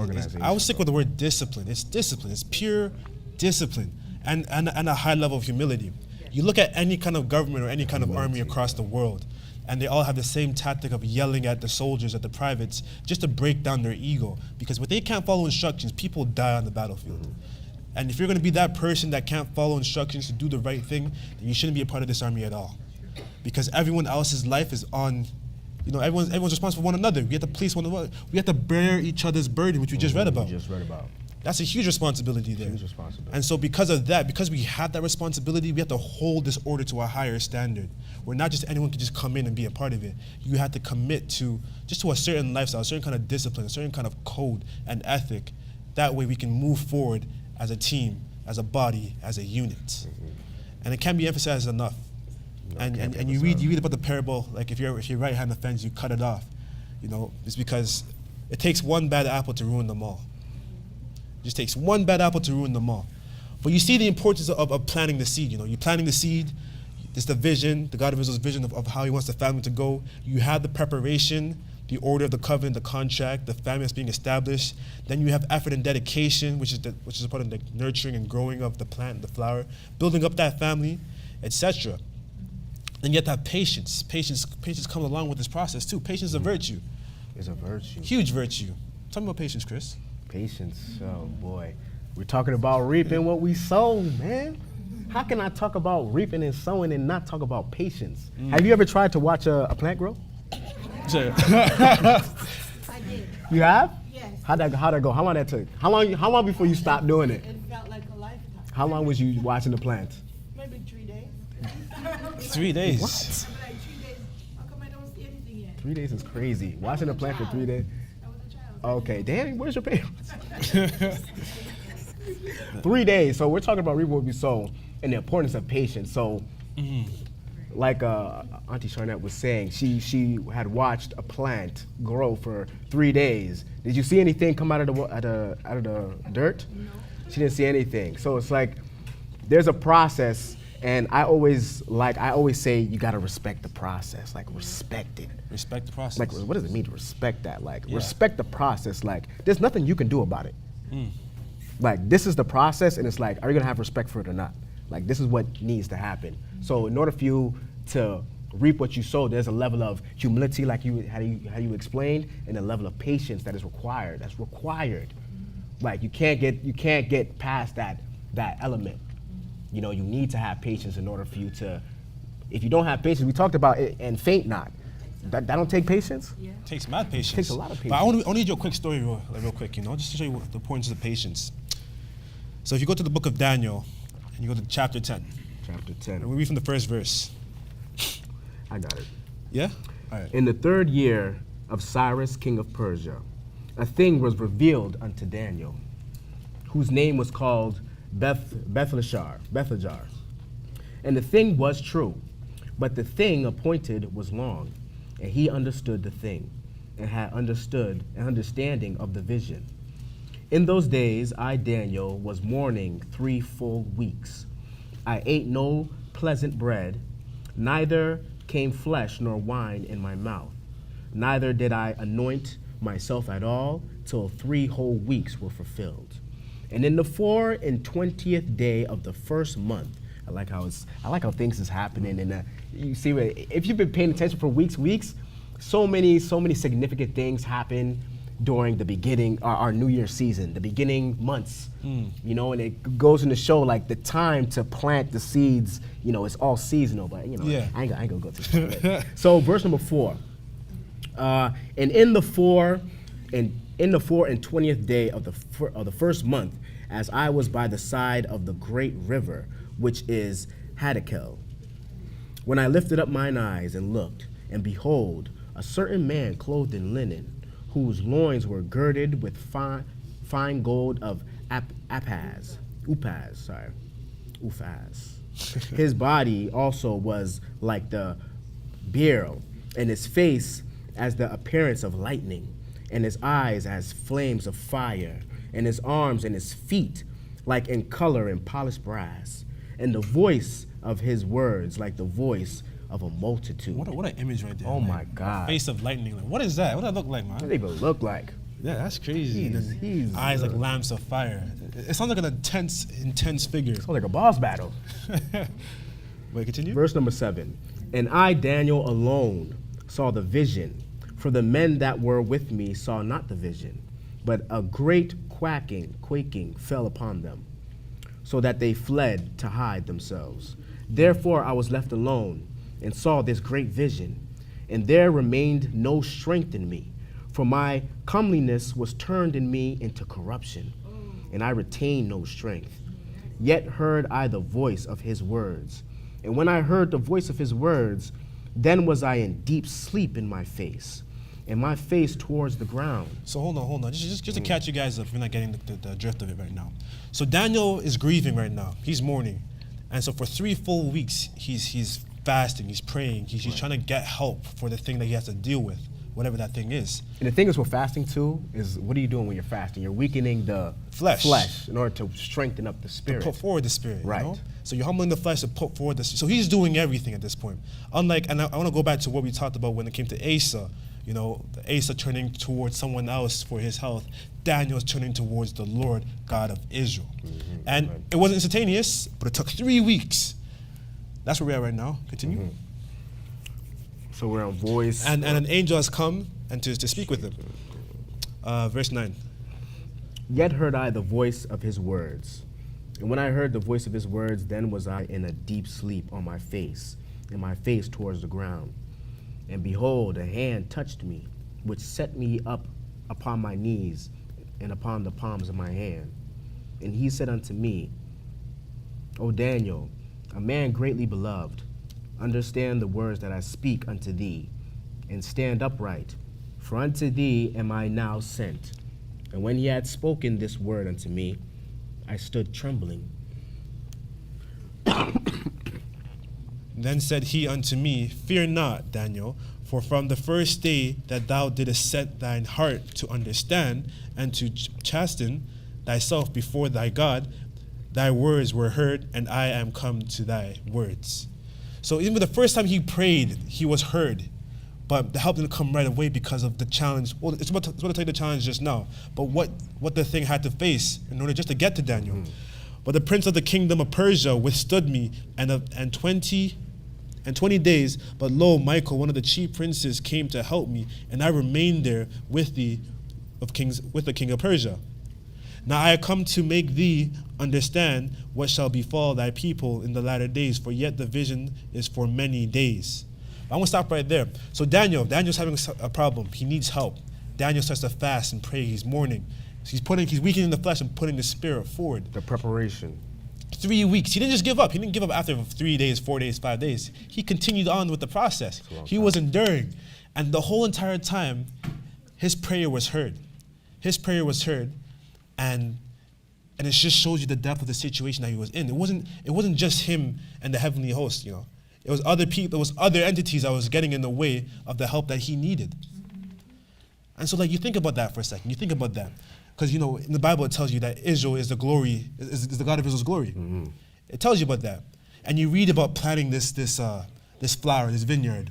You read about the preparation, planting the seed, the growth, watering it, nurturing it.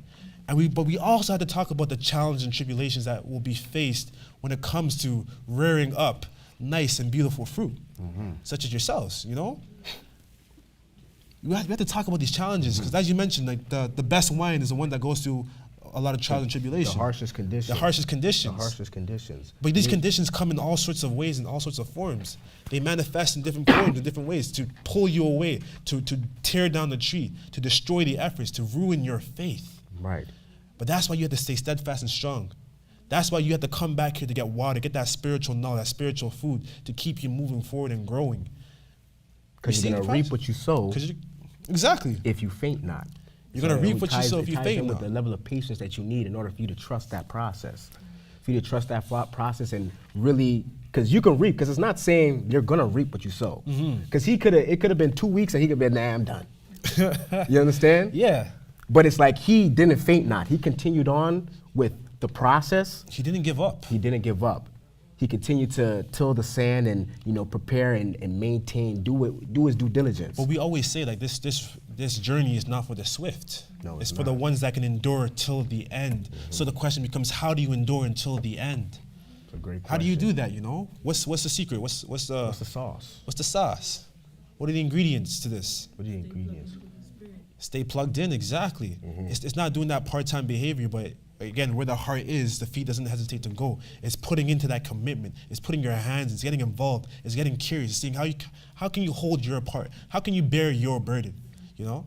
How can you help move this ship forward instead of abandoning it or being a sideline character, you know? It's like, this is a teamwork here. You don't want to be socially lofting around and letting others do your work and reaping your blessings. You know, the Bible tells you that everyone's rewarded according to their deeds. So what deeds have you done? You know? What deeds have you done? Right, those are kind of back at yourself. And that just goes into, like, again, you know, you reap what you sow. If you sow nothing, you're gonna reap nothing. You know, if you sow destruction, you're gonna reap destruction. What you do and your actions all matter, especially when it comes to, you know, these spiritual things, especially when it comes to your life, your prosperity, and all things that play a huge factor into your life. Whether you're sowing into the flesh, the things outside in the world, the worldly things, or you're sowing into your spirit, where you're investing in yourself, preparing yourself for what's to come, or the shadow of what's to come. Because what we do down here is supposed to be a shadow. It's supposed to be a shadow of what's up there. That's why we live the life that we live. Once again, I gotta keep on repeating myself, but you know what? That's like significant. There's levels of understanding. Even Jesus talked about how are you supposed to understand heavenly things if you don't understand earthly things? Like, it's just like there's levels to so many different levels of understanding. And it's like, in order for you to, like, it's a humbling. Say the thing about, like, teaching and why, you know, I always enjoy teaching, because there's like this relation between being a teacher and being a student. And it's just like the level of humility that you need in order for you to be a student, but it's just like at the same time, if I'm gonna teach you anything, it's like, if I'm gonna teach you 20% about something, I gotta at least know 80% about what I'm talking about. Exactly. You understand? So it's like, so it reproves yourself. Right. But not only that, but you're preparing yourself to carry out your duties and responsibility, as an Israelite. It says teach all nations. How can you teach all nations if you don't know just how to teach? That you don't understand what it is that who you are and why you do what you do. It goes back to that basic things. Why do you do what you do? Like, why do you keep the Passover? Why do you have tabernacles? Why do you circumcise on the 8th day? Who told you to do that? Just the very basic things. The why, which matters most. Or who are you? Like, some people don't even know who they are for them to even know what they should be doing. You're going too deep, bro. You're going too deep. Whoa. Who are you? Like, Who are you? What's going on here? Who are you? Who are you? How are you supposed to know? Because we talk about the patriarchs, because it's like, it ties into even with the name that the God of Israel has, and Moses asking for that name. Like, they're going to say, like, because they don't really know me like that. So it's just like, who are you? Like, where do you come from? Where are your origins? Because it matters. Like, you come from that line, I come from the patriarchs. I come from Abraham, Isaac, and Jacob. And so it's like, now that I understand that I'm from this lineage, there's like a royal law. You understand? There's a royal law that was given unto me. Exactly. A that I royal responsibility. It's a responsibility. A code and ethic to live by. So it's like, now that you know these things, like, you can't just be just anyone now, You can't just be anyone, Danielle. Like, what you do, you matter. Like, everything that you do, what you say is going to be impactful into this world. It's like, you not knowing this does not do any service to anyone else. You can't give grace if you don't know. And that's your responsibility, to give grace. That's what it's written right here.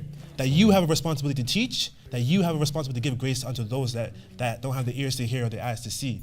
Right. You give out that invitation to a better life, to everlasting waters. Everlasting life. It's so beautiful, because it's like, it's not meant for it just to be for us and we kill off everybody. It's just like, you're supposed to be the head and not the tail. How are you supposed to be the head to yourself? Like, and know, you know what I'm saying? Like, and there's other organizations out there that would be like, oh yeah, the white man's a devil, or they that doesn't make any sense. They only teach black people this and black people that. But like, if you're only teaching black people, then how can you do your job? You're talking about Solomon, even the days of Solomon, like Solomon politically, like he had his ties. That's why they were so powerful, because they wouldn't have had ties with all these different nations. But it was like, the downfall was like, with the level of respect. He didn't him not having respect for what was given unto him. Exactly. In that moment. And that blessing, you just even have that responsibility, to be a royal priesthood unto the God of Abraham, the God of Isaac, and the God of Jacob. That is a blessing, to teach on his behalf, to minister for him, unto the world. Let the world know that there is a great God out there. Like, that's something you should be proud of, Like, knowing that is like, your words are fruitful. Your knowledge is fruitful. How you live your life, what you're doing is biblical. Who then can tell you any different? Biblical. Who can tell you any different? I dare someone that says, oh, I'm a pastor, come tell me how I'm reading this book and you're eating pork the night before. Like, are you crazy? Like, it's crazy. Like, this blows my mind personally, having like a whole shrimp cocktail buffet feast and pork chops here and there, everywhere, your favorite food. The funniest thing is they love Jesus, but they don't do nothing that Jesus has ever done. They don't do anything that Jesus ever do. Like, they doing nothing that if Jesus was alive, he would be, what? You already know how, if you really read about Jesus, Jesus had an attitude. He wasn't a nice guy. He wouldn't call the lady a dog. No, don't be a dog, eat the crumbs. But anyways, we're going to move to James, just to tie things up for this section. James, so if you go to James chapter 5, I want to read you something real quick. Be patient, therefore, brethren, unto the coming of the Lord. Behold, the husbandman waiteth for the precious fruit of the earth, and hath long patience for it, until he receiveth the early and latter rain. Be ye only patient, establish your hearts, for the coming of the Lord draweth nigh. Grudge not one against another, brethren, lest ye be condemned. Behold, the judge standeth before the door. Take my brethren, the prophets who have spoken in the name of the Lord, for an example of suffering, affliction, and of patience. Behold, we count them happy which endure. Ye have heard of the patience of Job, and have seen the end of the Lord, that the Lord is very pitiful and of tender mercy. But above all things, my brethren, swear not, neither by heaven, neither by the earth, neither by any other oath, but let your yea be yea, and your nay, nay, lest ye fall into condemnation. Let your yeas be yeas and your nays be nays. Poetic. Make the decision, man. Make the decision. Make the decision. It's all about making a decision. And I think it's a beautiful thing, like even with like suffering. Earlier I was talking about suffering, how we all get to suffer. And it's like you don't get to not suffer, but you get to choose though. You get to make the decision. 100%. That's very Like you important. get to choose, like Choose your suffering. yeah, you get to choose your suffering. As dull as that may sound, it's like it's true. It's fact. You know, like being healthy is hard. Being unhealthy is hard too. You know, choose your hard. You gotta choose your heart. Being wealthy is hard. Being broke is hard too. Choose your hard. You know, when you really break it down like that, it's like it shows the patience that you need, but it also shows like just the humility that's required Right. to live that life and everything like that. But you gotta make the decision. You can't not make the decision. You gotta make it. Let your days be yeas, be nays. Your yeas be nays, 100%. But from seed to fruit, the journey of reaping what you sow, and you show the nurturing, you have the challenges. But then what happens when you go through all of these things that make, like what happens when you actually go through this process? After planting the seed, after watering the seed, after tilling the soil, after attending to the flower. What can you expect next to come, Chris? There's a lot to expect. You know, as a whole, this conversation could go so many different ways. Like it's so deep. You know, we talked about the patience. We talked about the patience that's needed, and it's like it comes to a point where like you start to see the spud happen. What's it called? The sprout. Yeah. The sprout coming through. You're going through the conditions. Like you gotta faint not. You gotta go through the patience of making sure that you're doing your due diligence, because the seed's not going to grow if you're still not there watering the seed, if you're still not there maintaining the soil, Exactly. if you're not maintaining the weeds that are around it. Like there's a level of labor that is required, right? Reaping what you sow. And if you decide that, even same with Daniel, like if you decide that, okay, I'm gonna give up now, then really what that is all in vain. Yeah. Really what that is all in vain, which is unfortunate. Which is crazy. It is indeed. But I want to bring it back before we go to the next part. Because we did speak about the beginning. We spoke about Abram, we spoke about Abraham. We spoke about Abraham turning to Isaac, Isaac turning to Jacob, Jacob's surnamed Israel, Israel having the 12 tribes of Israel. This is the beginning. So this was the plan that the God of Israel had for his people, the vision, planting the seed, starting with Abram, that nice detailed process that we've been speaking about just the growth of his people and the people he wants for himself. But then there's been times in my life, like I mentioned before, where you have a conversation with people and they say, oh, the old laws are done away with. We don't do those anymore. None of these things stand anymore, etc. They were so quick to discredit you. Have you guys experienced that before? You've experienced that before? Where people will just tell you, it's like, oh yeah, the old covenant, it's done away with. God loves everybody. We can all eat pork and shrimp now. Everyone's going to heaven. What was the reason for that? That's literally going through like the whole process. So we talked about it, right? Jesus came for our sins. So we can do it's just whatever like we want now. this whole process now, I'm going through this whole detailed intention. I'm being very intentional in what I'm doing. But now God sloppy all of a sudden. Yeah, I'm real intentional. I'm taking this man, I'm finding this man who's in Babylon. Yeah. I'm taking him out his father's house. Exactly. I'm changing his name.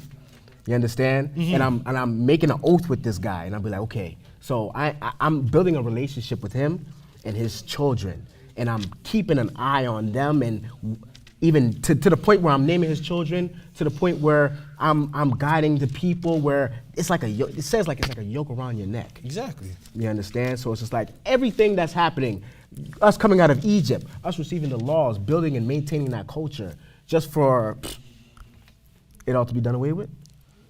Doesn't make no sense. It doesn't make no sense. That's a lot of waste of time. No, seriously, that's a really good point. It's like you put all this intention into this contract, and then now you're gonna scrap it like that. But then things don't add up when you're reading the stories. Like just look at the board over there. Read. Let's go to Hebrews 8. Like, let's actually go there and actually read about it. Hebrews 8:8. If you can all just turn there real quick and just read, because everyone's gonna tell you that. Well, not everyone, but there are those that are out there that's gonna tell you that God has done away with His people, that the old covenant no longer applies to anyone, and it's all done away with, and that there's a lot of lies out there. There's a whole lot of lies. And so it's like, so it gets you thinking. It's like, is this really true? Are they telling? And they come with confidence. They come with confidence that this is it. This is the truth. That God loves everyone. That we can all go to heaven. Yeah, it goes like what you said. If a man thinks he's something and he's nothing, it goes back to that, doesn't it? But yeah, we're gonna go to Hebrews. And we're going to go to chapter 8. We're going to read from the 8th verse. I'm going to read from the 8th to the 10th verse. 8th to 10th? All right, I got Yeah. you. Hebrews chapter 8. Yeah. Yeah, chapter 8, verse 1. Now of the things which we have spoken, this is the sum. We have such an high priest who is set on the right hand of the throne of the majesty. Wait, Hebrews chapter 8, verse 8. Oh, verse 8. I'm reading verse from the beginning. Yeah.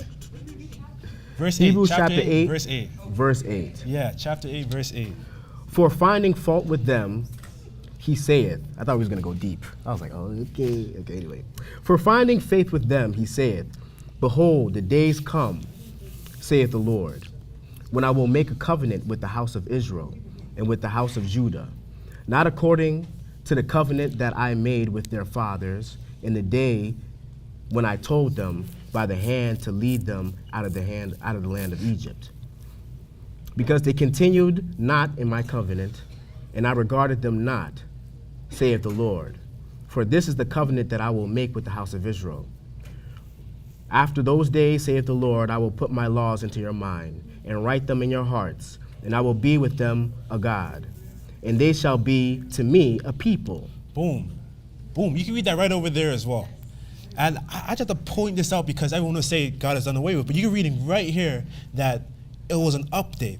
Like we're not gonna get rid of the laws and all the things, all the hard work we just placed in to bearing of this fruit. That we're gonna verify and establish and bring it one step even higher.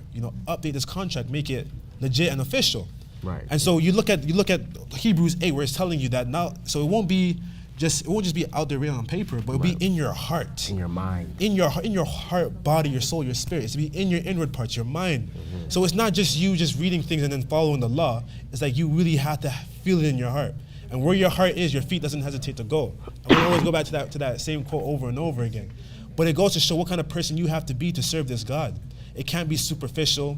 It can't be lackluster. Like you have to really mean it. It has to be in spirit and in truth. In spirit and in truth, and you know these things when you're showing with your action, when you're showing up with your actions. You got to know the law for it to be in your mind. Exactly. What law is in your mind if the law is done away with? Fair enough. Exactly. What law is it? Where did the law come from? What law? Law of what? Law of what? You have to go back to the Old Testament to figure that out, right? Yeah. So then, think about these. This is basic things, but it's crazy how the basic things that the whole world ignores and doesn't pay attention to. They're so quick to tell you that God has done away with his people. They're so quick to tell you that you can eat this and that. But then you're reading Hebrews 8 in the New Testament, the testament that they read from, and it's telling you that the new law, the laws, not the new one, the laws will be in your heart. What more do we have to say about that? You even read Matthew 5 and Jesus tells you that when he comes, that he's not here to take away or change anything at all. Not one law will be changed. He just came to fulfill it. Yes. I just want to say, them saying that is their purpose. Lucifer and his hosts, their purpose is to lie to the people, and the people that they intend to deter is us. So when they say all the laws are done away with, whatever, then that means none of us would be keeping it because we're going to have a free-for-all. And that's their purpose. But the God of Israel put it in our inward parts, and the spirit that he put upon us is why we're here. So they don't get to win, but they don't stop trying though. They don't stop trying, exactly. They'll divide and conquer. I mean, there's no rest for the wicked. That's what you say, right? Yes, I think it's in Isaiah. Yeah. No rest for the wicked. No rest for the wicked. But yeah. So now we're going to Matthew chapter 13. This is just bring it all together. This is going to bring it all together in just a story of just telling you reap what you sow. You really do reap what you sow. But seeing how the world operates, how the world trying to keep you away from the greatest God that there is, that you have barriers on top of barriers on top of barriers, keeping you from your destination, which is going to the promised land, which is everlasting life. And you read Ephesians 6, I'm not going to go to Ephesians 6, but you read, you have principalities and evils in high places. You don't even see how it's impacting you, let alone affecting you.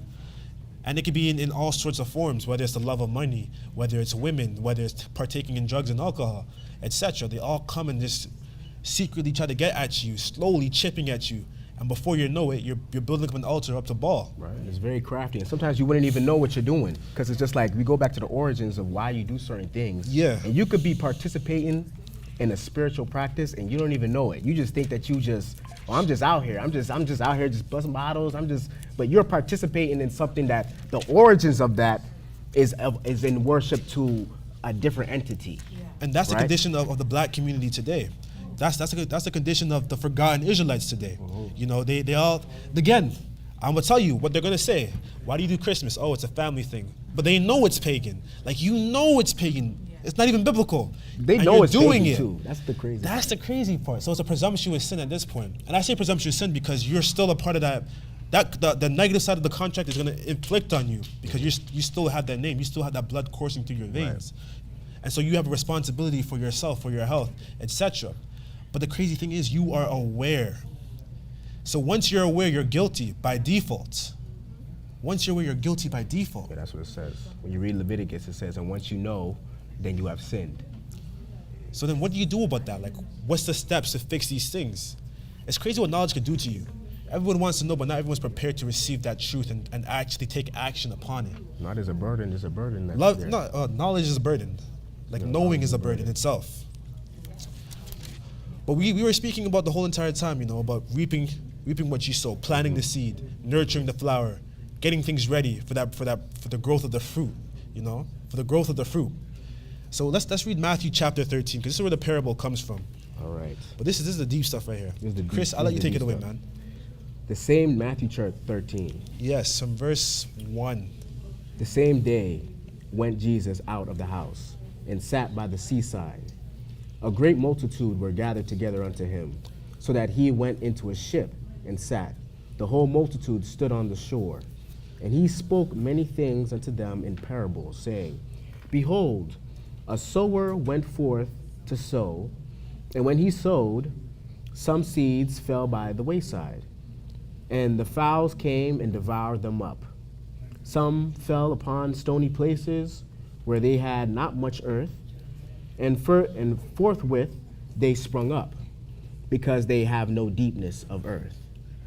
And when the sun was up, they were scorched, and because they had no root, they withered away. Boom, pause right there. We got to pause. I was waiting for the pause. Hold on. Okay, So because they had no roots, that they withered away. The roots were not deep at all. The roots weren't deep at all. And I want to emphasize this point because it's like, yeah, I'm an Israelite, but like, are you really in this? Are you really a part of this family? Are you really in this life? Are you about this life? Or do you just say it out of lip service? How deep are your roots? How deep are your roots? Listen. How deep are your roots, man? Chris, how deep are your roots? And it's like, when you read this, it's just like, it's like when he sowed his seed, you know, it's just like, by default, some are gonna fall by the wayside. You know, some are gonna go on stony places where they can't get no, you know, they can't get no. Especially when the storm comes, you know, when the storm comes, will your roots be deep enough for you to stay aboard? You know, will you be set in your foundation when it comes to the trials and tribulations of life? You know, harsh storms forces trees to take deeper roots. Like, are you really a part of it? Are you attached to it? Like, and so many people are seeds, and it's just like they don't understand the environment they're in. Like, it's such a blessing because this is essentially, many are called, but few are chosen. But Pretty it's much. like when you're chosen, like you're put in the place. Like, he even talks about like I'll put you in a high place. Like, I'll put you aside. Like, you're gonna be put in a place where, you know, it's dark, but it's just like you need to be here in order for you to grow. Because you don't want to be on the stony places. You don't want to be up there where you get scorched by the sun. You know, it's just like certain circumstances. It's just like you need to be in this dark places in order for you to grow. strengthen your roots. Exactly. But that just shows you just from not having roots, done for. The next verse. What's the next one say? Where, verse 7? Verse 6, I think. Verse 6. And when the sun was up, they were scorched, and because they had no root, they withered away.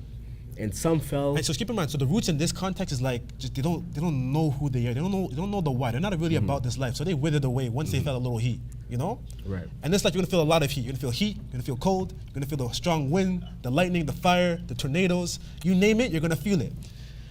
You go on to verse 8. But others fell into good ground and brought forth fruit.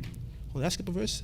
Oh, and so verse 7, my bad. And some fell among thorns, and the thorns sprung up and choked them out. These are the people in your environments. Like, who do you surround yourself with? You know, my mom always says, Chris, yeah, that, you are a product of your environment. You know, if you have 6 dumb friends, just best believe you're the 7th You're the person. 7th dumb friend. You're the 7th dumb friend, exactly. If you have 5 broke people and you're the 6th broke person, Brokey. don't sleep. Like birds of a feather flock together. So you know this knowledge, you have these gems. What will you do with that information? Will you continue to hang around those people that are going to choke you out, or will you be by the riverside? Where you be where you're gonna flourish at, because essentially this is not even where you're supposed to be at. You know, this is not even where you belong. They're coming in and choking you out, like from inception. Like we talk about the seedings, he's throwing the seeds. This is the beginnings. Even like, so you think of your friends, you know, like they would either stretch your vision or choke your dreams. And so when you put it like that, when you think of it like this, then you have to be very selective of who you're around, you know? Very selective of where you're planting the seed at. Yeah. Who you allowing to grow with you? Who are you allowing to break bread at your table?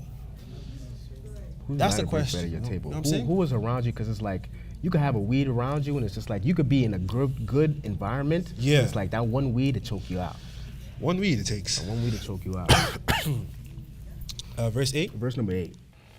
But other fell into good ground and brought forth fruit, some 100-fold, some 60-fold, some 30-fold. And that good ground is the Israelite Nation Worldwide Ministries. There's no better place to be than here to have good ground, a solid foundation, great spiritual knowledge. Thank you, Elder Shadrach, for your humility, your humbleness, for teaching my parents, for teaching everyone here in this room. Because it's through that knowledge where we're able to understand the scriptures, where we're able to just to have that better sense of discernment, to have the spirit of truth, to be reconnected back with our God. So truly grateful for that. Verse number 9. Who hath ears to hear, let him hear. And the disciples came and said unto him, Why speakest thou unto them in parables? He answered and said unto them, Because it is given unto you to know the mysteries of the kingdom of heaven. Not to the world. So Not to the world. There's this clear separation here. But to them it is not given.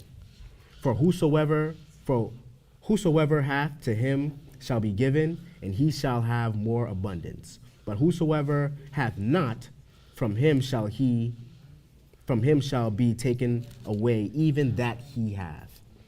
Therefore speak I to them in parables, because they seeing see not, and hearing they hear not, neither do they understand. Boom. Neither they understand.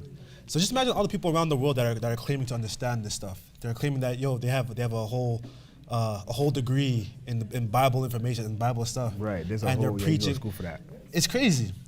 So there are those that are making these educational institutions have their degree in reading theology, allegedly, but they don't even get the simple things, the basic things, let alone knowing the origin and the structure of the seed that has been sown in the days of old. They don't understand anything about the family. And they have a degree in this stuff. They have a whole degree in this stuff. A lot of them are not even part of the family. A lot of them are not qualified to teach. All right, we have a question over in the crowd. Oh, pretty, okay, go ahead. Not so much a question, but just an observation. And what I know and understand is that I think it was mentioned this morning that the Bible is written in codes, Elder Michael. That's what you had said? It is actually written in code, but there are so many layers to it. And before you can even get into learning a lot of things, I'll give you an example of what you just read. The context of all that is that he's speaking to the 12. This is Jesus the Christ speaking to the 12. The 12 represents the 12 tribes of Israel. 12 tribes of Israel. So unless you understand that, you don't know who this message is for. You have no idea who the message is actually for, because he said, to you I speak plainly, but to the rest of them I'm speaking in parables. So only Israel would understand what it means to be sown, or what it means to go through all of this, what it means that the sower is sowing his seeds. Only Israel would know. Only the 12. If you're not part of the 12, if you're not part of Israel, there's absolutely no way you're going to see or understand. So there are so many layers, and it is codified. Codified. That's so deep. Guys, give him a round of applause. That's so, Elder Freddie, man. Elder Freddie. That's so deep. That's so deep because, like, again, people just open up this book, say, yeah, I know this stuff, man. I have a degree in it. Listen, the other day, I was at work, and I was in the street, just doing my job, knocking on doors. And then I get to this one door, and the guy opens up the door, and he says, yo, what do you want? And some people that like their job, there's a certain category of people that would, like, their job is their whole personality, so they feel like they have to tell you no matter what. I'm a lawyer, or I'm a doctor. Like, I didn't ask you. What are you telling me for? This guy comes out, I'm a reverend. I'm like, all right, cool. It came out of nowhere. I didn't even ask you, but all right, cool. I let him know what we're trying to do here, and then he's like, he's letting me know I'm a part of an order, and we don't do this stuff. I'm like, what's this order? So all these houses over here, they belong to my order. He was saying order? The reverend guy is. Okay. Yeah, so what kind of Christian are you, sir? He's like, oh yeah, I'm Pentecostal. I'm like, oh, okay, cool. So it's part of the university, and that whole row of houses belong to their theology courses and that theology program within the school. But it was very surprising how it was very interesting conversation. The first thing that came to his mind to talk about was who he was and his profession. When you asked him if was Jesus a Pentecostal? I want to get the sale. You know. Oh, he wants to get the sale. Yeah, no, like, I love to go in those conversations, but the money comes first. Nah, I joke. But he was too far gone. Okay, he's too far gone. He's He's a reverend. You know what I'm saying? Like, yeah, he's a reverend. His hands is all in everything. That's the whole point. How is he gonna call himself a reverend? That's one of the Psalms 111 says different. Exactly. holy and reverend is his name. And that just shows you the mess of the world. They read the book, they take out names, they apply them to themselves, but they have no idea why they call them themselves. Like a bishop, there was no Israelite that was a bishop. That's a ranking among the Gentiles. But then you have bishops there, cardinals here, pastors there. It's like, where do these things come from? They're used ignorantly, but they don't know that. So you go back to what we're reading right now, but the parable of sowing, you reap what you sow. And Jesus is telling them what it is, but telling everyone else in parable. It's a family matter. Right. Not everyone has the right to the understanding. Just because you have ears and you're listening doesn't mean you have the right to that information. Like, come on, there's a way, there's a passage. Even the level of, like you always say, you can have the understanding and the knowledge. You can have the knowledge and the wisdom, even, but the understanding is for a select few. Exactly. It's so very hard for you to. That's the gift itself. That's a gift in itself, and people don't understand how much a gift that really is, because it talks about sowing that seed and how it's sowed in. Look how he's talking to his. It's not hard for them to understand what he's saying.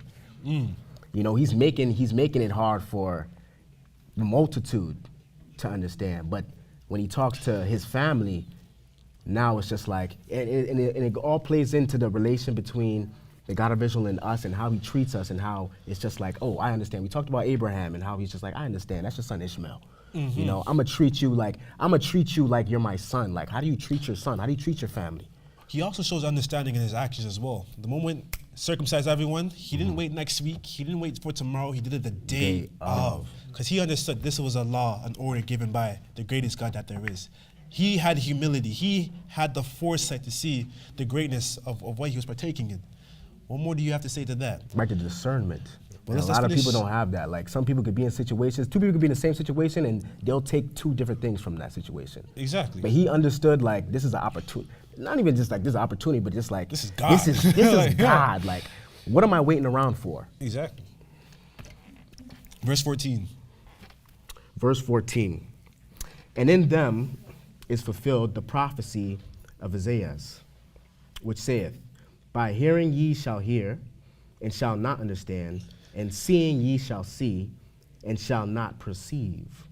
For this people's heart is waxed gross, and their ears are dull of hearing, and their eyes they have closed, lest at any time they shall see that their eyes, and hearing with their ears, and shall understand with their heart, and shall be converted, and I shall heal them.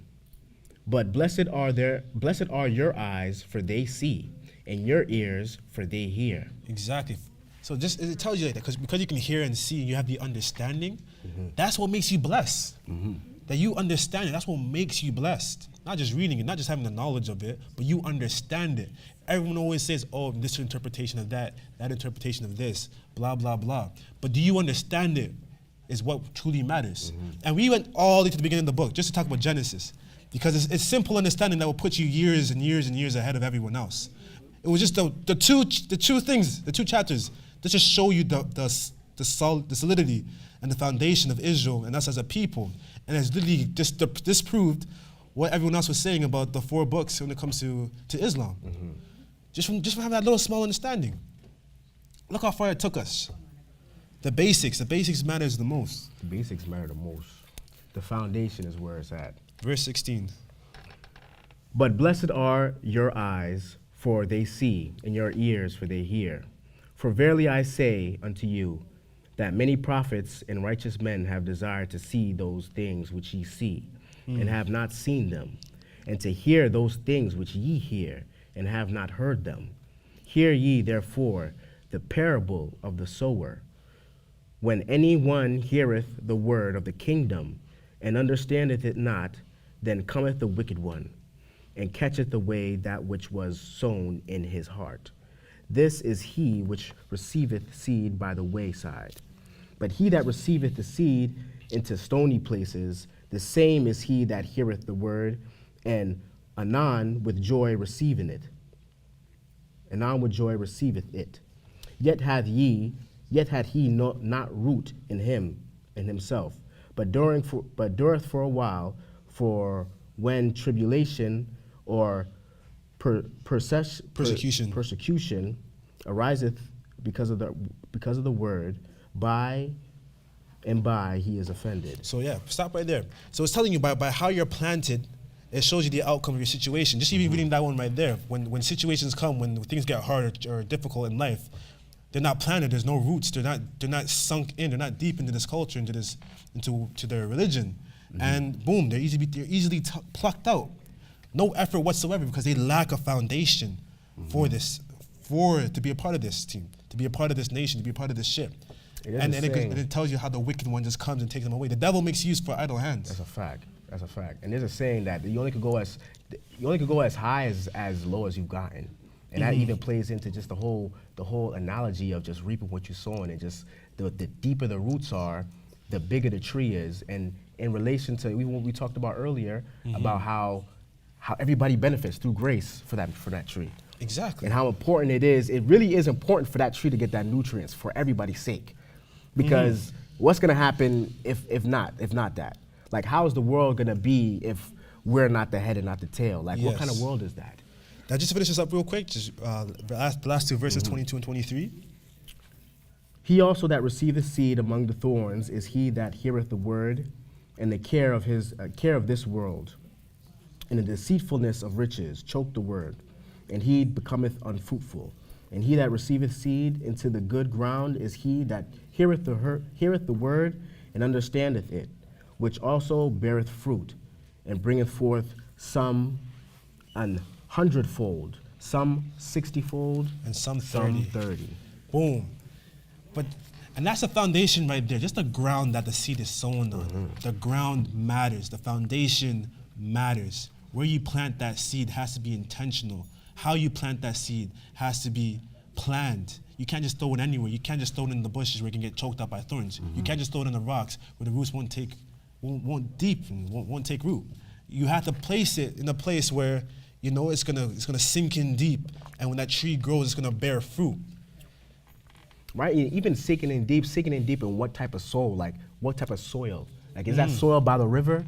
Like, it talks about how the tree by the riverside, like, is that tree planted by the river in order for it to really receive the life everlasting that we were talking about, and how you can reap it to your flesh and reap corruption, but reaping into the spirit, that's where you get the life everlasting. It's just like an ever-flowing river of life. Exactly. It's so beautiful, man. 100%. Reaping what you sow, man, it's such a deep, it's so multi-layered. We could go so much deeper into it, and there's no pun intended. Is that pun? Nah, you're good. That's not a pun? You're good. But it just goes to show the importance of the responsibility that we have as a people, because in this parable, the seed was the word. Right. You read back in verse 20 or in verse 19 how it's telling you that those that heard the word but didn't do anything are those like the seeds that are planted by the wayside. And it's like It's like those same people who didn't prepare to receive the seed. Exactly. So right here, when anyone heareth the word of the kingdom and understandeth it not, then cometh the wicked one that catcheth away that which was sown in his heart. This is he that received the seed by the wayside. And so that word is what matters. And in order for people to receive that word, we have to teach it. That's you giving grace. But we're not saved by that. We're saved by our faith and our works. Right. And the only way for you to know that is to understand who you are as a people and where you're coming from, the preparation that was taken to bring you this far into this world, into your life, to even do the duties and responsibilities that you have. And it's not only about planting the seed, but it's also about being in a position for you to receive that. You understand? So you preparing yourself, because it's all about preparation. You can't just start off with the tree. You can't just start off with the sprout. It's just like there's a preparation that is needed. It's like for me to, because we're talking about the word, for me to even receive that word, it's like I have to be in a certain condition to receive that.